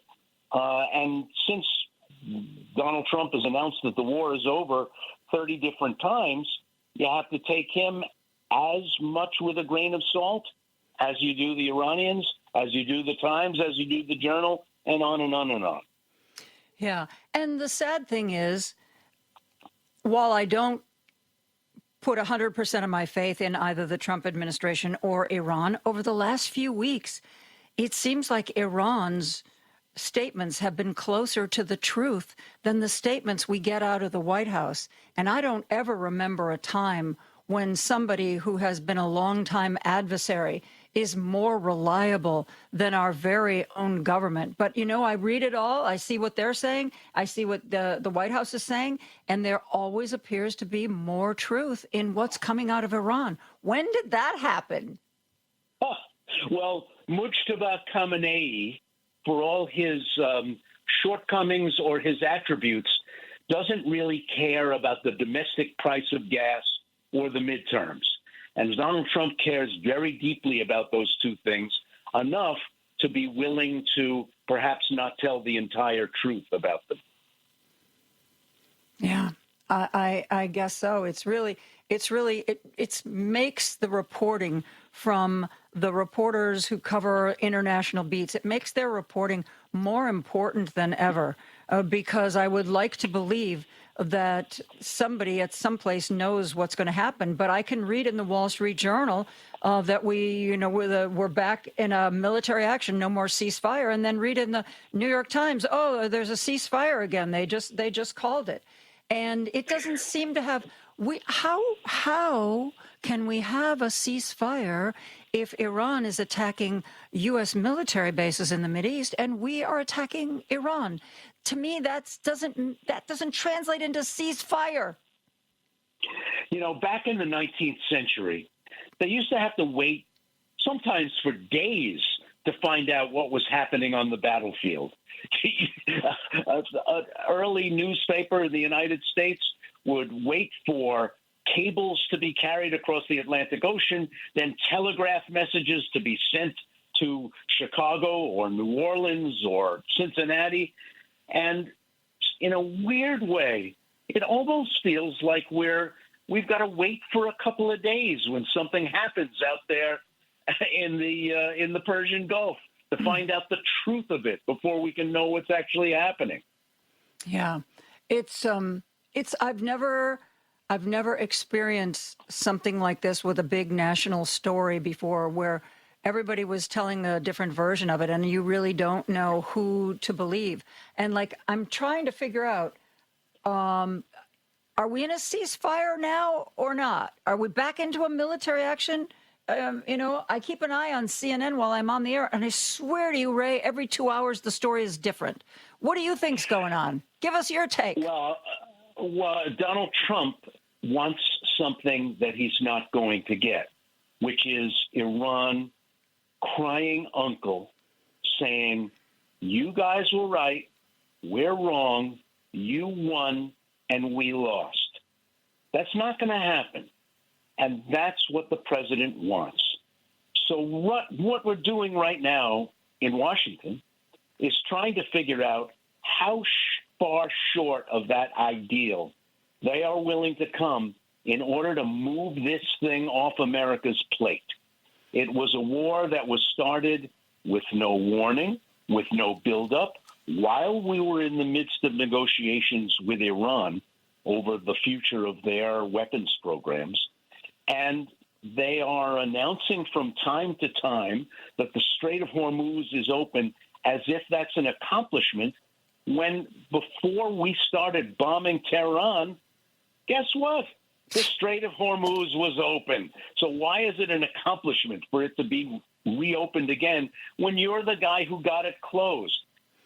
The words that are coming out of the Pentagon, out of the Oval Office, are sometimes contradictory, sometimes confused, but always pushing in one direction. That if we do not get what we want, we will bludgeon Iran until it gives us what we want. But the Iranians have already shown they're willing to take a lot of punches and a lot of destruction without giving in to Washington. Yep. We don't, and part of, Joan, whenever you go to war, you have to go to school on your opponent. You have to understand what motivates them, what they want, and what they will want at the end of this thing. And it seems like nobody, either in the State Department or the Defense Department or in the White House, has done even the most cursory reading about what motivates Tehran, what motivates the leadership groups there, the difference between the Republican Guard and the Islamic councils, the senior advisors, the clerics. It's a complicated country. It's a huge country. It's a country that's been united by our attack. They were starting to come apart. And now after several months of having our bombs rain down on them, there is less room for dissent than there was before we started attacking them. So, I join you in not really being clear on whether we're telling the truth, they're telling the truth, or, as probably is the case, it's somewhere in the middle. But the Strait of Hormuz is not open to shipping in a regular kind of unremarkable way. And our allies, our buddies in that part of the world, are taking the brunt of Iran's lashing out, not us. So it's a mess. Yes, that's a beautiful thing they call asymmetric warfare. We hit Iran, Iran hits our Middle East allies. And, I don't know if you ever talked to University of Chicago professor Robert Pape when you were working locally. I really wasn't made aware of him to much of a degree until the Iran war, because he's a guy that presidents have been using for decades to advise them on this kind of situation. And one thing he says is that regardless of what else happens or doesn't happen, one thing that this military action has done is shift the balance of power in the Middle East. Iran has now discovered that they can make everybody dance to their tune if they control the Strait of Hormuz. Our allies have realized that just because they have an American military base on their soil doesn't necessarily going to protect them from being attacked by another country. Everything seems to be in a state of flux. And I don't know where it's going to end up, but it's not going to end up where it started, that's for sure. Who would have predicted that having an American base on your soil would be a bullseye rather than a shield? Mm-hmm. That's the kind of unpredictability that these guys seemed not to have counted on. You have to go to school on your opponent, and they didn't do it. Yep. Ray Suarez and I are going to take a break. When we come back, I want to talk to you about Rahm Emanuel. Yes, the former Chicago mayor, the former chief of staff, now the world traveler and speaker. We are going to take a break and be back with more after this. Progressive provides protection for your boat and other outdoor vehicles so you can explore new things. Oh, I can finally try pesto. We meant like water skiing. I've just never had pesto. Or maybe take the boat somewhere new. I mean, is pesto spicy or sweet? Oh, guess we'll find out, right? Right. Bundle home or auto insurance with your boat, RV, or motorcycle and stay protected with Progressive while you explore. I don't know. Maybe I'm not ready for pesto. Progressive Casualty Insurance Company and Affiliates. Not available in all states or situations. You're listening to WCPT 820 because facts matter. Hi, it's Joan Esposito, and I want to tell you about 120 Life. 120 Life is a drink made with ingredients that help support healthy blood pressure. My mom struggled with high blood pressure for much of her adult life, and for many of us, high blood pressure runs in the family. 120 Life is a great-tasting fruit and vegetable drink designed to improve your blood pressure. Put it to the test for a couple of weeks. Check your blood pressure. See if it works for you.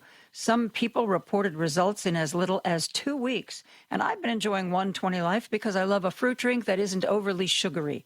To try it, go online to 120life.com. That's 120life.com. If your high blood pressure doesn't come down in 2 weeks, you can get a full refund. And you can get a 20% discount. Use the code JOAN, Joan, for 20% off your order. These statements have not been approved by the Food and Drug Administration. This product is not intended to diagnose, treat, cure, or prevent any disease. Joan Esposito, live, local, and progressive. Every weekday afternoon from 2 to 5 p.m. on WCPT 820. I'm talking with Ray Suarez, longtime Chicago newsman who has moved to the D.C. area. He wrote a book called We Are Home. And Chicago and D.C. are two places where Rahm Emanuel has spent a little bit of time. Then, of course, he was like in Japan being a bang-up ambassador. Now he is traveling the world speaking about what he thinks about politics and the way the world should be going.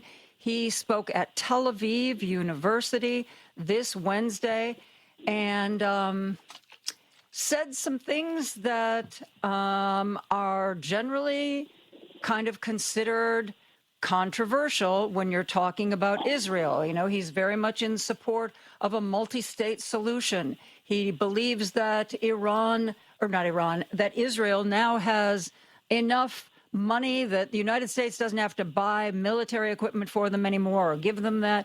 He said a lot of things that I thought might make people get a little riled up. What that he has done or said recently has struck you?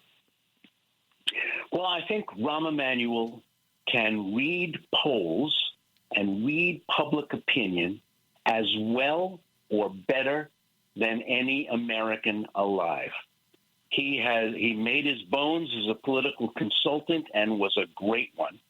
He was a very sharp and sharp-elbowed politician. He had some very strong and often very correct ideas about which way public opinion was going and how to be ahead of it instead of chasing and trying to catch up with it. And Rahm Emanuel understands that something is afoot in his own party's views of Israel. And rather than just wait for the building to fall on him, he had to get out ahead of it. And I think he is a very credible voice as someone who had lived in Israel before, who had even been a volunteer truck driver for the Israeli Defense Forces, whose family has long links with the Jewish state. So Rahm Emanuel was in some ways a very interesting carrier of maybe a new tone, a new message of the Democratic Party on Israel, which is, we want you to be secure. We want you to still exist. It's been the policy of the Democratic Party since Oslo that a two-state solution would guarantee Israel's security. And we, the Democratic Party of the United States, has not abandoned that view. So it was, in effect, a member of the family talking tough to, an intervention, let's say, saying that Netanyahu and Netanyahuism is not the way forward, that Israel is not necessarily safer by being at war with all of its neighbors in one way or another, except for Jordan, maybe. And really, if you're going to get the tough love from anybody, the idea seems to be, take it from me. It's safe coming from me. I think it was a very interesting and Emmanuel-esque in its audacity, and we'll see where it goes. I mean, Rahm Emanuel understands that what we're doing now is not working for young voters, not working for, let's say, the center-left of the Democratic Party, and that what can emerge from this at the end is a Democratic Party that's still a staunch supporter of Israel's safety, security, and right to exist, but not a supporter at any cost, at any price, under any circumstances. And that's what Democrats are going to have to figure out for themselves in these coming weeks and months. Well, I think you're right. He definitely has his finger on the pulse of where the country's going, because we just saw in these primaries that we've had and are about to have, it is no longer seen as a plus to have a PAC associated with AIPAC, which is the big Jewish organization that funds money to candidates. That has become a negative in many primaries. And also, I've been reading that especially with what Israel has done and continues to do in Gaza, that they have created a younger generation, especially here in the United States, that doesn't look at Israel the way the older generation always looked at Israel, like this precious gem we have to protect. And they have a much more maybe pragmatic, maybe jaundiced view of Israel and its behaviors. And I think Rahm is a good reflection of that. And I don't know why other politicians don't see it. He was ready to tell them, look, I'm ready to level with you in a way that only your friends can. And I'm your friend. Israel on October 8th, the day after that vicious, cruel, disgusting attack of Hamas over the border, Israel, the day after that attack, had sympathy from all corners of the earth. And what it has done since then, now Netanyahu would say that it's in Israel's own interest and he doesn't have to run that by anybody. But I think looking at it dispassionately, looking at it as just country A, country B, and country C, it has squandered the goodwill that it had as it was struggling to recover from that terrible attack. And the things that it has done since then have not been designed to endear it to the rest of the world. The rest of the world, Israel can do without. The United States, Israel would rather not do without. And the idea that we as Americans can never say to Israel, gee, I don't think what you're doing is the right thing. That's something that's now being adjudicated in the Democratic Party. And I think in the 2028 cycle, you're going to see different potential presidential candidates trying out different messages on Israel. Rahm Emanuel is one of the people getting there first. Mm-hmm. He absolutely is.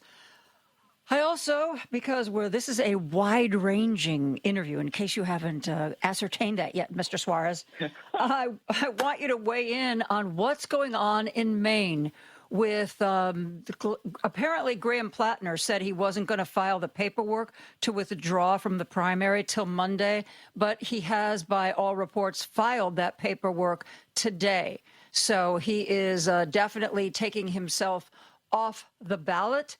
And now the Democratic Party of Maine has to find a new person to put on the ballot. But I've been reading things like, well, if it weren't for Donald Trump, Graham Plattner would never have gone as far as he did. Like somehow Trump got us used to somebody with a problematic history.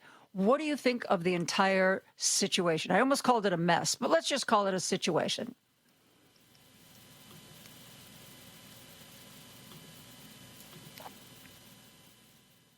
Matt, did we lose Ray?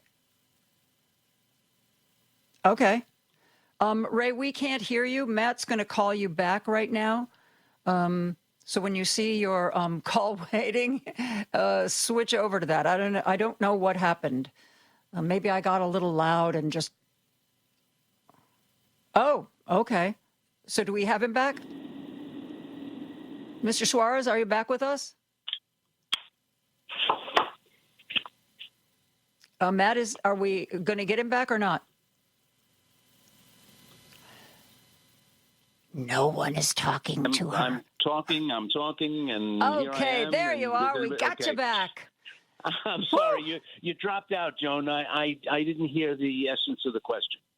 I wanted to talk to you about Graham Plattner and that whole situation in Maine. Wow. And how some people are writing in, where was this, in the New York Times, that the reason we got a problematic candidate like Graham Plattner was because we got so used to all the craziness with Trump. I think that's fair to a degree. I think it's also a pretty big dropped stitch by the institutional Democratic Party. They really did not do enough vetting of him or his background. And, there'll be some after action meetings about who messed up and how this happened to happen. Because, you can't let a guy get all the way to the finals before you even start to really look closely at his background, and before you start to hear stories like this. They saw a lot of smoke, it seemed, and were unwilling to intuit a fire. Yeah. They thought, well, all we got to do is wait and the smoke will clear. And while Chuck Schumer's pick of the sitting Democratic governor of Maine, Janet Mills, was not necessarily something to make Maine voters' socks roll up and down. Yeah, really. A 78-year-old woman, and I don't want to sound ageist, but somebody But who one was of the going arguments to be, against Susan Collins is that she's been there too long and she's too old, and Janet Mills is older than she is. Yes, and someone who's going to be older than Donald Trump is now, midway through their Senate term. What were they thinking? Is there nobody in the state of Maine that could, give Plattner-esque authenticity vibes, but isn't a million years old? I don't want to sound harsh, but if the Democratic Party electorate is telling you we're tired of the James Clyburns and the Maxine Waters and the Steny Hoyers and the Nancy Pelosi's, all who are in their 70s and 80s, all who have been on Capitol Hill for decades, and the person you're going to give us to replace Susan Collins is an establishment Schumer-esque woman in her late 70s? Yeah. Come on, guys. Think a little bit more creatively about this. There had to be somebody in Maine. I don't know Maine politics well enough to know exactly who that is, but I'm going to guess that because it's an interesting place, with with a very complex and fascinating political profile. They've been represented by independents in the Senate for decades now.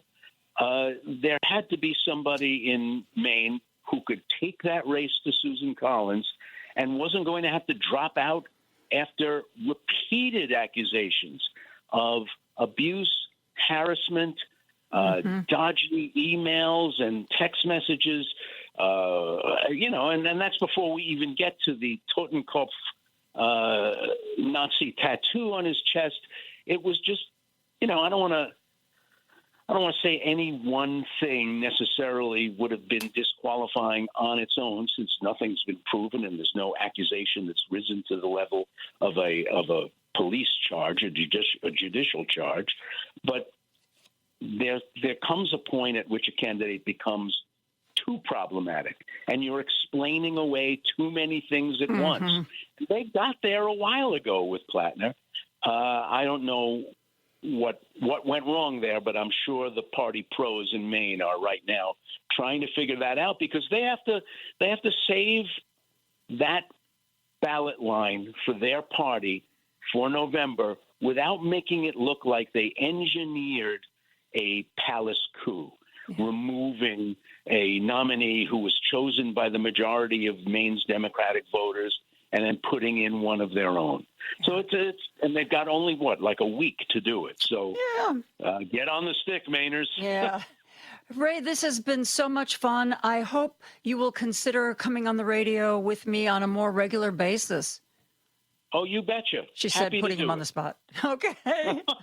Oh, no, Joan. No, really, I didn't enjoy this at all. I've had my fill. Thank you, Ray. Thank you so much. Really appreciate it. We are going to take a break. We're going to be back with more after this. Joan Esposito, live, local, and progressive on WCPT 820. I am very pleased to welcome back to our airwaves this Friday Mark Turcott, the Illinois Poet Laureate, who we haven't spoken to. I haven't spoken to you, I think, since Tony died. Mark, how are you doing? Hi, Joan. Yeah, that's, 9 months ago now. Rick Kogan and I were on together shortly after Tony passed. But we were talking about our good friend, somebody who used to be on the radio all the time with me, Tony Fitzpatrick, artist, actor, poet, playwright. Mark, sometimes I still think to myself, let's see, I've got an opening this Friday. I know I'll call Tony. And then I'm like, no, you won't. No, you won't. It's really hard when somebody has been that much of a forceful presence in life to believe that they're somehow gone. Yeah, I mean, since then, we talked about it a little bit shortly after, but since then they had a really large, tribute or memorial for him at Metro. There was a public event with, a New Orleans funeral line afterward and things, and just being in the midst of that for Tony. I don't think I've ever had a friend my whole life, and I've known some pretty amazing people. I've never known somebody that, when they left, I realized wow, I'm just one of many, many, many, many people who lost somebody in this case. It's pretty amazing. I mean, he was everywhere. He dabbled in everything, and I've wondered a couple times how you're doing without access to Tony and his ever ready voice. In addition, and ideas and thoughts. Yeah, to all of his other talents, he was a no-holds-barred observer of Chicago politics. It was always going to be a lively discussion. Yeah, that's for sure. I still just use the word asshat once in a while just to make it feel like Tony's still in the world commenting on asshats. One of my favorite phrases of his. But what's amazing too, I was just looking at, back at the book, The Sun at the End of the Road, the book that came out, just before he passed. And, there was a tribute in there to Ted Kooser and some essays about his, hanging out with all these birders, and stuff. And I was thinking, he really did move from community to community to community of people, he was his own person, but he was also, able to fit in with everybody, need be, Yep. Whether you were highfalutin or whether you were very, very street, Tony was seamlessly fit into all those different groups. Well, he sure did. It's become even more for me recently. My history with Tony only goes back to the 90s when he was, when I first came to Chicago and landed in the arts and poetry scene and kept rubbing elbows with him and then finally became friends with him. But I also associate him with a lot of other people from that same time period. And one, John Starr is the great Chicago poet and also theater performance person, left us around Christmas time. And then just a couple days ago, Mitar Michkovic, the bass player, who had his fingers in a lot of things having to do with the arts and performance scene in the 90s, especially, was part of W. Hernandez's Street Sounds. Wow. I remember them. They performed at World Tattoo. There's all these connections, all these layers to these folks. And I guess we're just getting to be that age, or at least I am, where I'm starting to, have people exit. Yeah, tell me about it. I mean, I look at my holiday card list every year, and you have to delete the people who are no longer with us. I mean, what an oogie thing to do. Yeah. Right.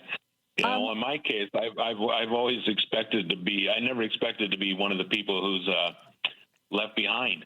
Yeah. I always expected to sort of go first. You know what I mean? Well, I'm glad you haven't. It's a strange thing. Yeah. And I want to talk to you. I don't know. See, you've been. It's been about a year that you've had the Poet Laureate title. What have you been doing? What is I know you as the Poet Laureate. You travel around to make presentations at libraries or schools. Tell us what you have been doing with this title you've got. Okay, well, you got a good memory because it was July 1 of last year that I officially began my term, and so I'm just beginning the second year of it. And one of the ironies of this is that Tony was such an advocate for me in so many ways, and even when I wasn't in the running, a term before this one, he was saying in public venues, Turcotte should be the Poet Laureate. So it's kind of ironic that. He passed in October and really never got to see me sort of in action as laureate. But basically, I've been moving pretty good for an old guy. I've done I think it's 80 public-facing engagements. Wow. In that first year, about 60 some of those were actual readings. And then other things are, I count it when I'm on your show. It's a public-facing engagement, or when I was on Scott Simon's podcast and things like, so I'm counting that stuff, or, Zooming with somebody to do an interview, so I've been busy. I feel like I've represented well, I've got a grand tradition, that was established before me that is making me behave and take things very seriously and in a joyful and also very somber way. I feel, the good weight mostly of the legacy, of the laureateship here in Illinois. It's not the same way in every state. I've been hearing from people from other places where they don't have that tradition, and people feel a little less. I mean, it would be a hard tradition to repeat, people like Sandberg and Gwendolyn Brooks and things, and Angela Jackson more recently. But I take it serious. As a matter of fact, sitting down here with you, as laureate and with everything I know and everything I know about Tony and the other two artists that I just mentioned who've left the community recently, I'm more aware than ever, of the obligation we all have, to preserve. We're sort of all in the same community, the artists in Chicago, and we overlap in so many different ways. It's pretty amazing. Yeah. So are you saying that the job of Poet Laureate of a state is different? There are different requirements, different expectations, depending upon which state you're in? Well, that's what I'm being told by people who live in those states and have been laureates in different states. And, they're all aware of, of course, I'm going to brag about Illinois, but I'm only I'm only the sixth laureate in the history, state laureate in the history of Illinois, and we began having laureates in the 1930s, and they were lifetime appointments, and they were taken very seriously. The wonderful Gwendolyn Brooks was laureate for 32 years. Wow. And basically, created, what it means in Illinois anyway to be a laureate. And that's a legacy that, you have no choice but to respect, and if you don't respect it, then you shouldn't be laureate. That's for sure. But it's not the same other places. I had somebody, kind of jokingly tell me that, we've had 6 laureates in my state in the last 6 years. So for some states, it's just a 1-year appointment, which, kind of bewilders me because I can't imagine what someone could accomplish in a year.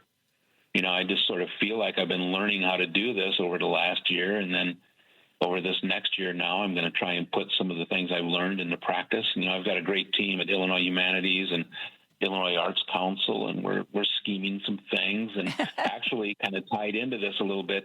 Can't say too much about it, but there's some people who are very interested in putting something together for Tony. Public thing in the fall. There's a lot of, interest in, especially his visuals, his images. But we're sort of focusing on the text, the words,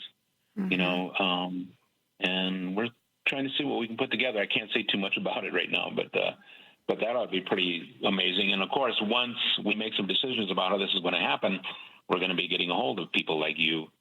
Absolutely. And a long list of other people who whatever you need, professional and artistic. I'll be an usher. I'll seat people. I will sweep the floors. I'll set up the chairs. Whatever you need.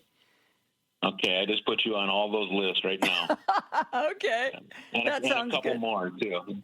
Would you mind ushering and sweeping? No, I would not. I will usher. I will set up chairs. I will sweep the floors and put the chairs away when it's all done. Whatever you need. I will be out at the ticket booth. I'll be selling tickets. Whatever you need from me, Mr. Marcotte, I am there. Okay. All right. Well, there's other people who are more in charge of this thing than me. But anyway, I'm doing my best to be an advocate for it, and we'll see where it goes. Now, I know that the governor and first lady weigh in on the choice of who is the poet laureate, but you said you've been doing like a lot of public engagements. Is there is it the Poetry Foundation? Who sets those up for you? Who says, "Hey, Mark, we'd really love you to go to these places and read some of your poems"? What's the organization that does this for you? Well, nobody. I do Really? it for me. I mean that's sort of an oversimplification of it. One of the things that other laureates from other states have said to me, they've been amazed that I am coordinating and booking 99% of the appearances that I'm making. And it's through the Illinois Humanities. The Illinois Humanities has a nice website for me. The team runs that website, maintains it. People go to that website, and there's instructions about how to contact me to talk about possible things, that people want me to do. Because I was kind of publicly accessible at DePaul right away, even before I really even sort of took office last year, I started getting emails at my DePaul email. Are you still teaching at DePaul? Oh, yeah. Well, I'm on break. I'm on summer right now. So, I did those 80-some things while I was also full-time faculty at DePaul, But DePaul's being really generous with me. They obviously they like having me as laureate. I think that bodes well for them, looks good for them. So they're helping me out. They're kind of pulling back on some of my duties and things, But I've actually been kind of surprised. I'm a little more surprised. I didn't realize they let the inmates run the asylum. That's cool. Yeah. But that's what people need to do, and that's also there's not a lot going on over the summer, and that's on purpose. We're getting ready. I'm talking about with folks organizing, getting ready to launch what I hope is going to be a statewide poetry project. That we can do over the next year or so. I got in pretty close with our inaugural city laureate here in Chicago, Avery R. Johnson, and then the new city laureate, Mayra del Valle, who are both amazing. Oh my gosh! I mean, Mayra is only into the first few months of her laureateship, I guess it is, and really, really busy. But Avery had that Chicago City That Writes Together, I think it was, project where he created these Chicago soul poems that he got some poets to write and put them on videos, and then he put some of our faces on the Blue Line train on these wraps that they do where they can wrap images around the train and stuff. So it's a little scary to think of my face on the outside of the Blue. People arriving at O'Hare and they see that and they're like, God, do we want to go to Chicago or not? Right. But sort of inspired, not sort of, but absolutely inspired by that sort of public engagement. And I have an obligation to do that as well. I'm sort of, with permission, taking some of the good ideas that Avery had and Mayra now has, and I'm going to do a thing that's going to be more statewide. But it'll be known again. It's kind of, everything's sort of like top secret right now. Sorry. Okay. Well, I know, even my location right now. I'm in an undisclosed location in the wilds of Illinois right now. So. Well, we won't rat you out. I want to ask you, Mark, I know that one of the things, I've loved poetry my whole life, but one of the things that I think has made poetry more accessible and more popular is the fact that, like the slams and spoken word poetry, and I think that has opened up poetry to a whole new audience. And what is the difference? Like when you wrote Exploding Chippewas, did you write each of those poems thinking about how they would be spoken? Or do you write some poems that are just simply meant to be read and thought about? God, I hope I do both. I mean, I'm one of those people that, before I came to Chicago, I'd never heard of, the slam movement. But I also hadn't heard of hardly any kind of, poetry movement because I was as far from it as you could be as like a physical laborer. I did all kinds of work that had nothing to do with my intellectual, artistic life or hopes and dreams. Matter of fact, I had kind of set them aside. But when I got to Chicago, and it's amazing how any question you ask me, I can find a way to connect it to Tony, right? Because when I got here to Chicago, I discovered, the slam scene, of course, Mark Smith, but also Tony, was an early instigator in the slam movement. And I think they sort of, at the beginning, co-hosted some of the events that became known as the slam. And then now, to connect it to the present, the 40th anniversary of the slam is happening. Wow. And are we that old? The Newberry Library is holding an event later this month on the 25th to celebrate that 40th anniversary and also to acknowledge that they have taken Mark Smith's collection of materials for their archives and, their library with the history of the slam. Wow. So it's just really, full circle stuff going on. And I'm going to be there. There's going to be an amazing list of people I think who are probably going to have something to say or something to read at that event. So look it up, folks. You got to get a ticket. Is it going to be an all-day thing, or is it just an evening thing? I think it's in the evening, maybe the afternoon. I'm sorry, I don't have the times. I've gotten more used to like hawking events, but there's still a part of me that kind of resists a little bit. You got to promote yourself, baby. That's right. Well, in this case, I'm trying to promote other people and the good work they've done. Too. I mean, obviously, the slam. The slam is one of those things that just, there was so much cream and there was so much that was not cream. It was like any scene, and it changed things. I mean, I learned a lot in the slam. Once you could stand on the stage of the Green Mill and throw a poem with all the chaos going on and possible hecklers and things like that, you could kind of throw a poem anywhere after that. And I certainly was a person who wrote with a sense of the sonic in mind anyway. So I don't know if that's from my, growing up on the res or not, but, the musicality of words was kind of built in for me.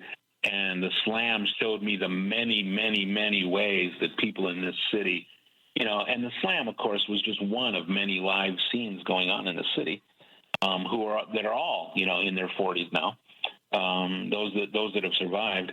But, the diverse voices in this city just taught me so much about my own voice and legitimized, my sense of my own voice, certainly, because other people started looking at me and calling me a poet. And you didn't think of yourself as a poet?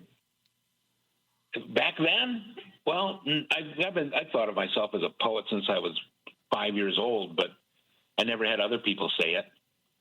You know what I mean? I guess I did in high school, junior high and high school, but, we never take our teachers seriously, so, but yeah, it changed my life. I mean, coming to Chicago for lots of different reasons changed my life in many, many, mostly good ways, but getting involved in that scene, was pivotal.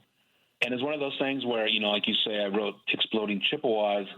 One of the things that happened to me by being in the scene is I started feeling that thing, and I think it's like an osmosis sort of thing.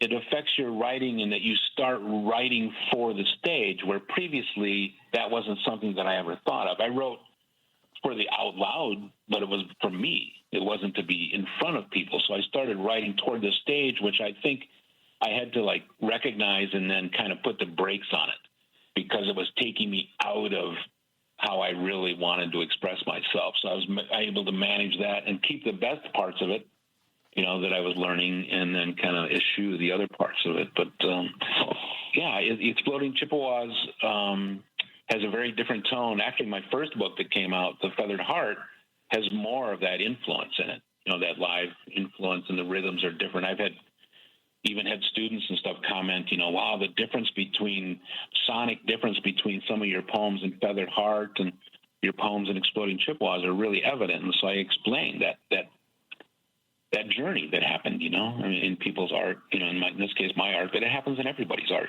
Yeah. But thanks for asking. I mean, that's, very perceptive stuff, Well, that's what I specialize in here, Mr. Turcotte. Yeah, the perceptive. Okay, yeah.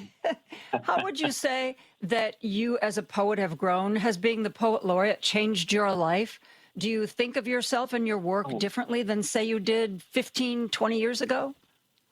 Yeah, well, it's given me that really obvious sense of, I don't want to use the word obligation because that sounds so negative, but my duty, I guess, my happy obligation to stand up and represent. Basically all the laureate the laureate is that, a bunch of your peers in the artistic and writing and community have decided you would be a good representative of them for 4 years. In this case, in Illinois. And that's a real honor to have a group of people decide that about you, people who are essentially your peers, so you have to respect that, and it's not, I haven't really been the kind of kid who always got invited to play on the monkey bars. You know what I mean? Yeah. So, and it's not because I was, a bad kid on the playground, but it's just, I wasn't the kid who wanted to join so much, but I'm happy, that I've been invited to, play on the monkey bars in this case, and I'm having a great time traveling the state. I'm working my way southward, but I've been, I've read for local, small town poetry clubs, libraries, art fests, a couple of national conferences that had their conference here in the city asked me to, open a couple of their things. Getting ready to do a 250 celebration event at Illinois Wesleyan this fall, in which I composed a piece that a native composer is composing music to.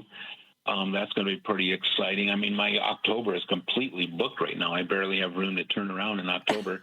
September's getting there in November. Yeah. That's so cool. I mean, so it's done that. It's made me more public. I mean, actually, I was kind of public this way back when I had just put out Exploding Chippewas and stuff, but I was living mostly up around in Door County, Wisconsin, which, it was harder for people to get a hold of me up there and find me up there and invite me to do readings. So, it's just made me more visible, obviously, and it legitimizes you. You know what I mean? Mm-hmm. I mean, whether you like it or not, people take you more seriously when you have a title like this. They figure, there must be something to it. Yeah. I hope for the most part, my audiences are feeling like I deserve it somehow. I had a night where 3 or 4 people who were reading, and I was just in the audience, kind of went on this tangent of talking about how kind and generous I was. And I was like, really? Me? Who's this guy that they're... I don't know that guy. Oh, that they're God, talking now I about, have to you be know? kind and generous. Yeah, right. Yeah, sure. And then afterward, one of the people who brought this up, you know, I said to him, I won't use his name, but I said, what are you doing with the generous thing? What is that all about? And he goes, Turcotte, you gave me a car. You know, and I was like, well, it was kind of a beat up car, and the muffler fell off. You know, but he said, I don't care. I didn't have a car. Yeah. So, you know, sometimes we don't see ourselves quite the way other people apparently see us. Well, Mark, I am so pleased that we could spend this time on the radio. Let me know what you're doing in September for Tony. And remember, there's going to be a big event Saturday the 25th at the Newberry Library. Mr. Turcotte, thank you so much for this.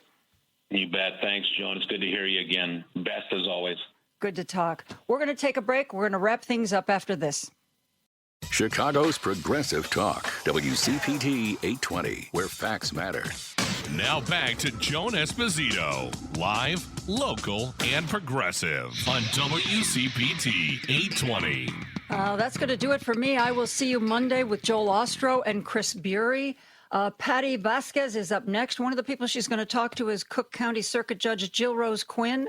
Edwin is on tomorrow. One of the people he's going to talk to is Illinois Congressman Sean Casten and Will Bunch, who's a great columnist for the Philadelphia Inquirer. Take care. Find something to do this weekend that brings you incredible joy, or at least peace and quiet.